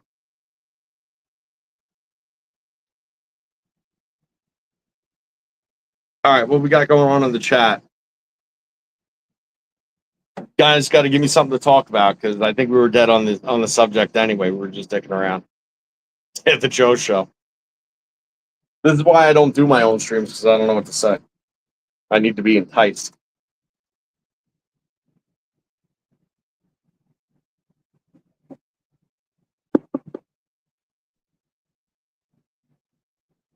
All right, 963 cymatics. Yeah, so I mean that's going to be something that I'm actually like interested in seeing how that pans out because you know I know what the cymatic profile looks like, but when I was talking about cymatics not too long ago, it I brought this up. It has to do not only with the frequency but also the confinement and geometry of the containment of the standing wave pattern, right? So that's a critical aspect in order to get the types of geometries and things that you see, because the interference patterns that actually reverberate off of the geometry and size of the confinement has a lot to do with the standing wave that you ultimately get.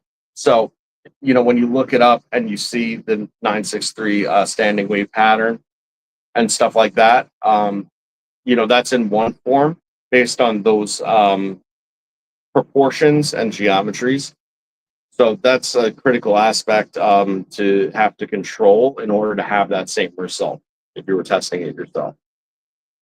So when Nathan, finishes what he's doing now, and then one day gets onto that, it'd be interesting to see if we're able to structure anything like that. And obviously, the biological effects, I think, would be my greatest point of interest too with that. So that'd be pretty rad. All right, what else we got here? Circles, squares, pentagons, etc. Yes, sir. Am I on, Joe? You're on. Look at that.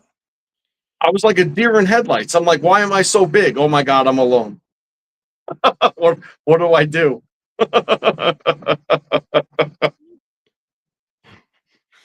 What kind of shit could I pull out of my ass this time?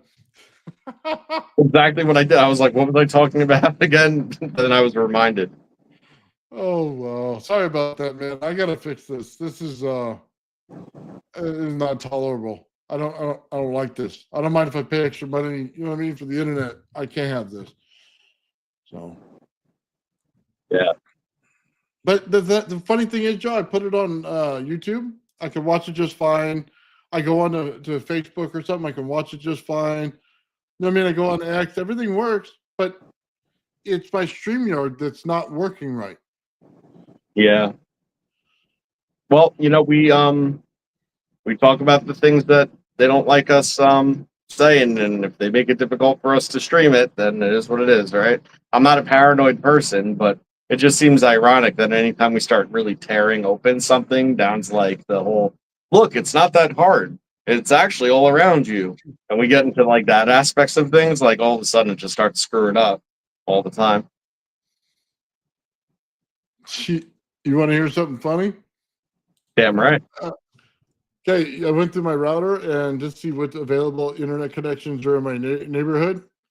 Now, either somebody's got a real great sense of humor and the rest of us don't, or I literally have a problem. It says FBI server right on it. So That's funny. Yeah, you might have a problem there, buddy. Either somebody's hilarious or I'm screwed. You know what I You mean? know Or what somebody, you know what my Wi-Fi name is? what is it? MK Ultra. It's been MK Ultra forever. Like Oh even my. like the what am I call it on my phone? The tethering or whatever. Like when you could hook the internet up to like other shit from your phone. Like that's been Yeah, called MK Ultra since like maybe like 2011. that's fucking hilarious. I love it. Yeah. Oh man, what it could be is I'm messing with a Tesla coil. Maybe I get the wrong frequency and mess with the radio. So they mess with me back when I'm live streaming. I don't doubt that, but I don't think they would know where I am. But You would think I they don't would, know. right? If it was that, you would think that they would maybe like not name their internet that if they didn't want you to know, right? That's why I think it's somebody has a sense of humor. You know what I Damn mean? right. They just want the rest of us in the neighborhood to be freaked out. Yeah, Oh man. man, it's like the druggy guy that walks through your neighborhood that's always snorting something or whatever, and he walks the same path every day, and the guy never stops walking, and you're like, okay, is this a real drug addict or is it just an agent walking around looking for stuff? Like, who the hell screwed up this bad in the neighborhood, right? Who did that? Like, who put us all under surveillance? Because he doesn't look drugged out. You know what I mean? He's not falling all over his cells, not putting needles in his arms every day. The dude looks perfectly fine. So I just wonder, man. Yeah, right. Yeah, no, it's true. I mean, there's people out there, so I've heard. Like I said, I mean, I've never really had any issues, so whatever. I don't know, man. Whatever. Yeah, it's not like a homeless situation. We don't really have a lot of homeless in the area. It's not that. It's the guy that walks around your neighborhood. I don't know if you ever had one. Okay. He literally walks through every little corner, up and down every single street, okay, and walks around perfectly clothed, look halfway normal. You know what I mean? He's not pushing a grocery cart, doesn't have a bunch of tin cans in it, doesn't come over and ask you for your cans. You know what I mean? No kind of homeless behavior, okay? Not that kind of guy you go out and give money to. He is the kind of guy that's looking around ready to shoot you. That's the kind of guy it is. Either that or he's just totally cracked out of his head. And I can't tell which. Either that or it's just that guy that, he's like, this is what he does. Like you go walking around the park or whatever and you walk around in circles and somehow you think that's not insane. You're walking around in a fucking circle. Well, Like, but I guess that's societally normal, so then no problem. I actually had an officer there one day, man. And he's got his dog, and he was talking to me like I was insane. Like, why are you keep walking around this? And I told him, I says, look, I don't work anymore, so I have to be able to expend the energy for my health. You know what I mean? And then it made sense to him, right? But he did the same thing. He was like, man, what the hell is this crazy guy walking around the park for? Well, that was it. I didn't want to talk to nobody. I just wanted to walk. Right, exactly. And, sort of the same deal. I mean, I think that we've all seen those people in our neighborhoods for what it's worth. Now, where I grew up, where like the most like apparent people that were like that kind of come to mind, because like you're just outside as a kid all the time. You're not at work and stuff during the summer and throughout the year, you're playing around the neighborhood. So you notice the same stuff all the time. But the thing is that the people that used to do that in my neighborhood, like there was clearly something like a little off about them in the first place, which is why they were doing that. You know, like one of them was like a fat midget with like a crooked thumb and shit. Like, you know, like it's like, you know, you can't like that's not suspect to me. It's just like part of the deal. Oh my God, dude, my whole thing locked up again. Oh yeah, it's been locked up. Well, I mean, usually you flip through the people that are on the screen, right? I mean, at the bottom, it's not even letting me do that. Well, we can hear you, so I mean that's a plus. Wow. All right. Well, oh, StreamYard's getting $40 a month. They better start passing some of that back if they can't provide a product that works.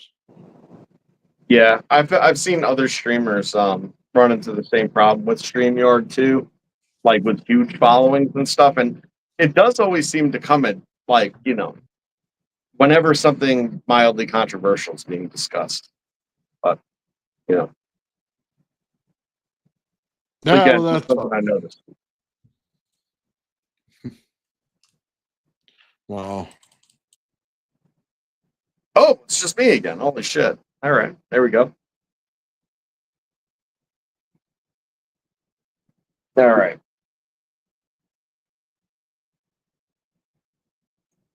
I was gonna read something from this book, but then I lost the page.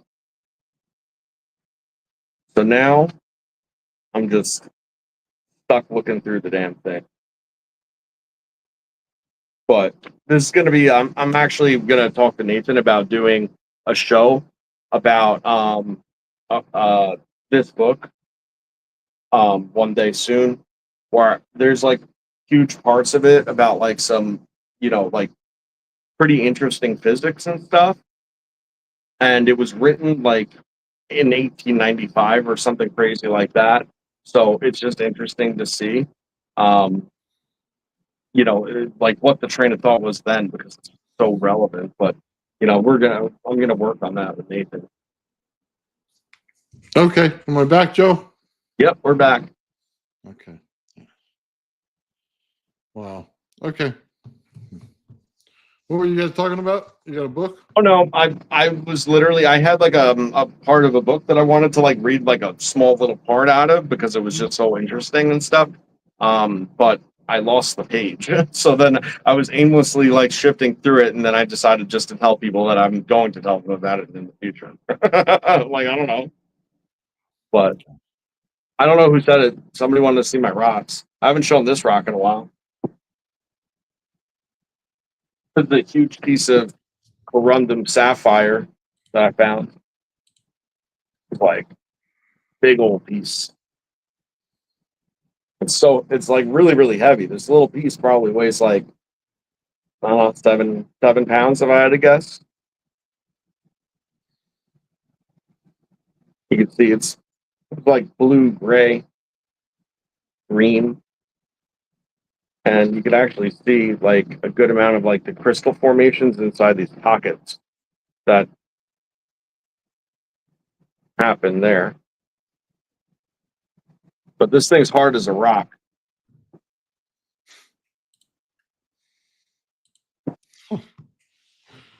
Hard as a rock, huh? Nice. Hard as a rock. Huh. Very cool. Oh man. All right, Joe. I think we're gonna end it here. Yeah, I get it, man. It's a little bit frustrating with the in and out. So Well, there's nothing you can do. We can't make a good stream out of it. You know what I mean? that's true. I agree. So, hey, real quick, I want to give a shout out to Ulysses, also to Toth, man. You guys both putting us to work on some Tesla coils here.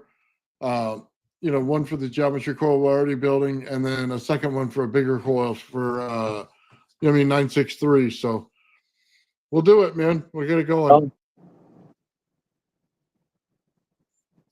Go ahead. Sorry. Oh no, I just said right on. Okay. That's it. All right, guys. Thank you very much. Have a great night. I'm sorry for the bad thing at the end of the stream. Hopefully we can work this thing out. Thanks, guys. Have a great night. Peace and love, everybody. The old man, real man, the old man, real man, the old man builds, the old man builds. The old man builds is broken in the head. People not seeing reality has put them in the red. Where conscious and spirituality been stricken from the norm and replaced with the ignorance of basic magnetic form. The geometry of God keeps running through his head. That's what makes old man builds broken in the head. The old man builds. The old man builds. Spheres of destiny are spinning in his mind, making him travel back and forth in time, and battling the establishment for just a little recognition. Has him forcing the world to understand his premonition. That world will have all the technology in the end, even if it means his life will fail to extend. The old man builds. The old man builds. The old man builds. The old man builds. Fears of destiny are spinning in his mind, making him travel back and forth in time, battling the establishment for just a little recognition. Has him forcing the world to understand his premonition. That world will have all the technology in the end, even if it means his life will fail to extend. The old man builds. The old man builds. The old man builds. The old man builds.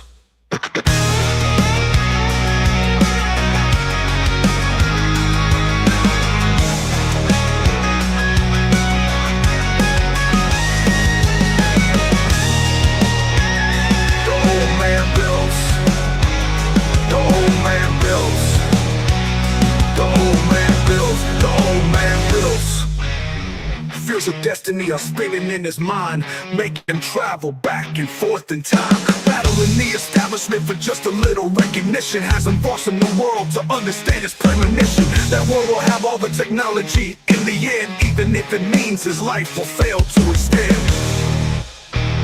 The old man builds.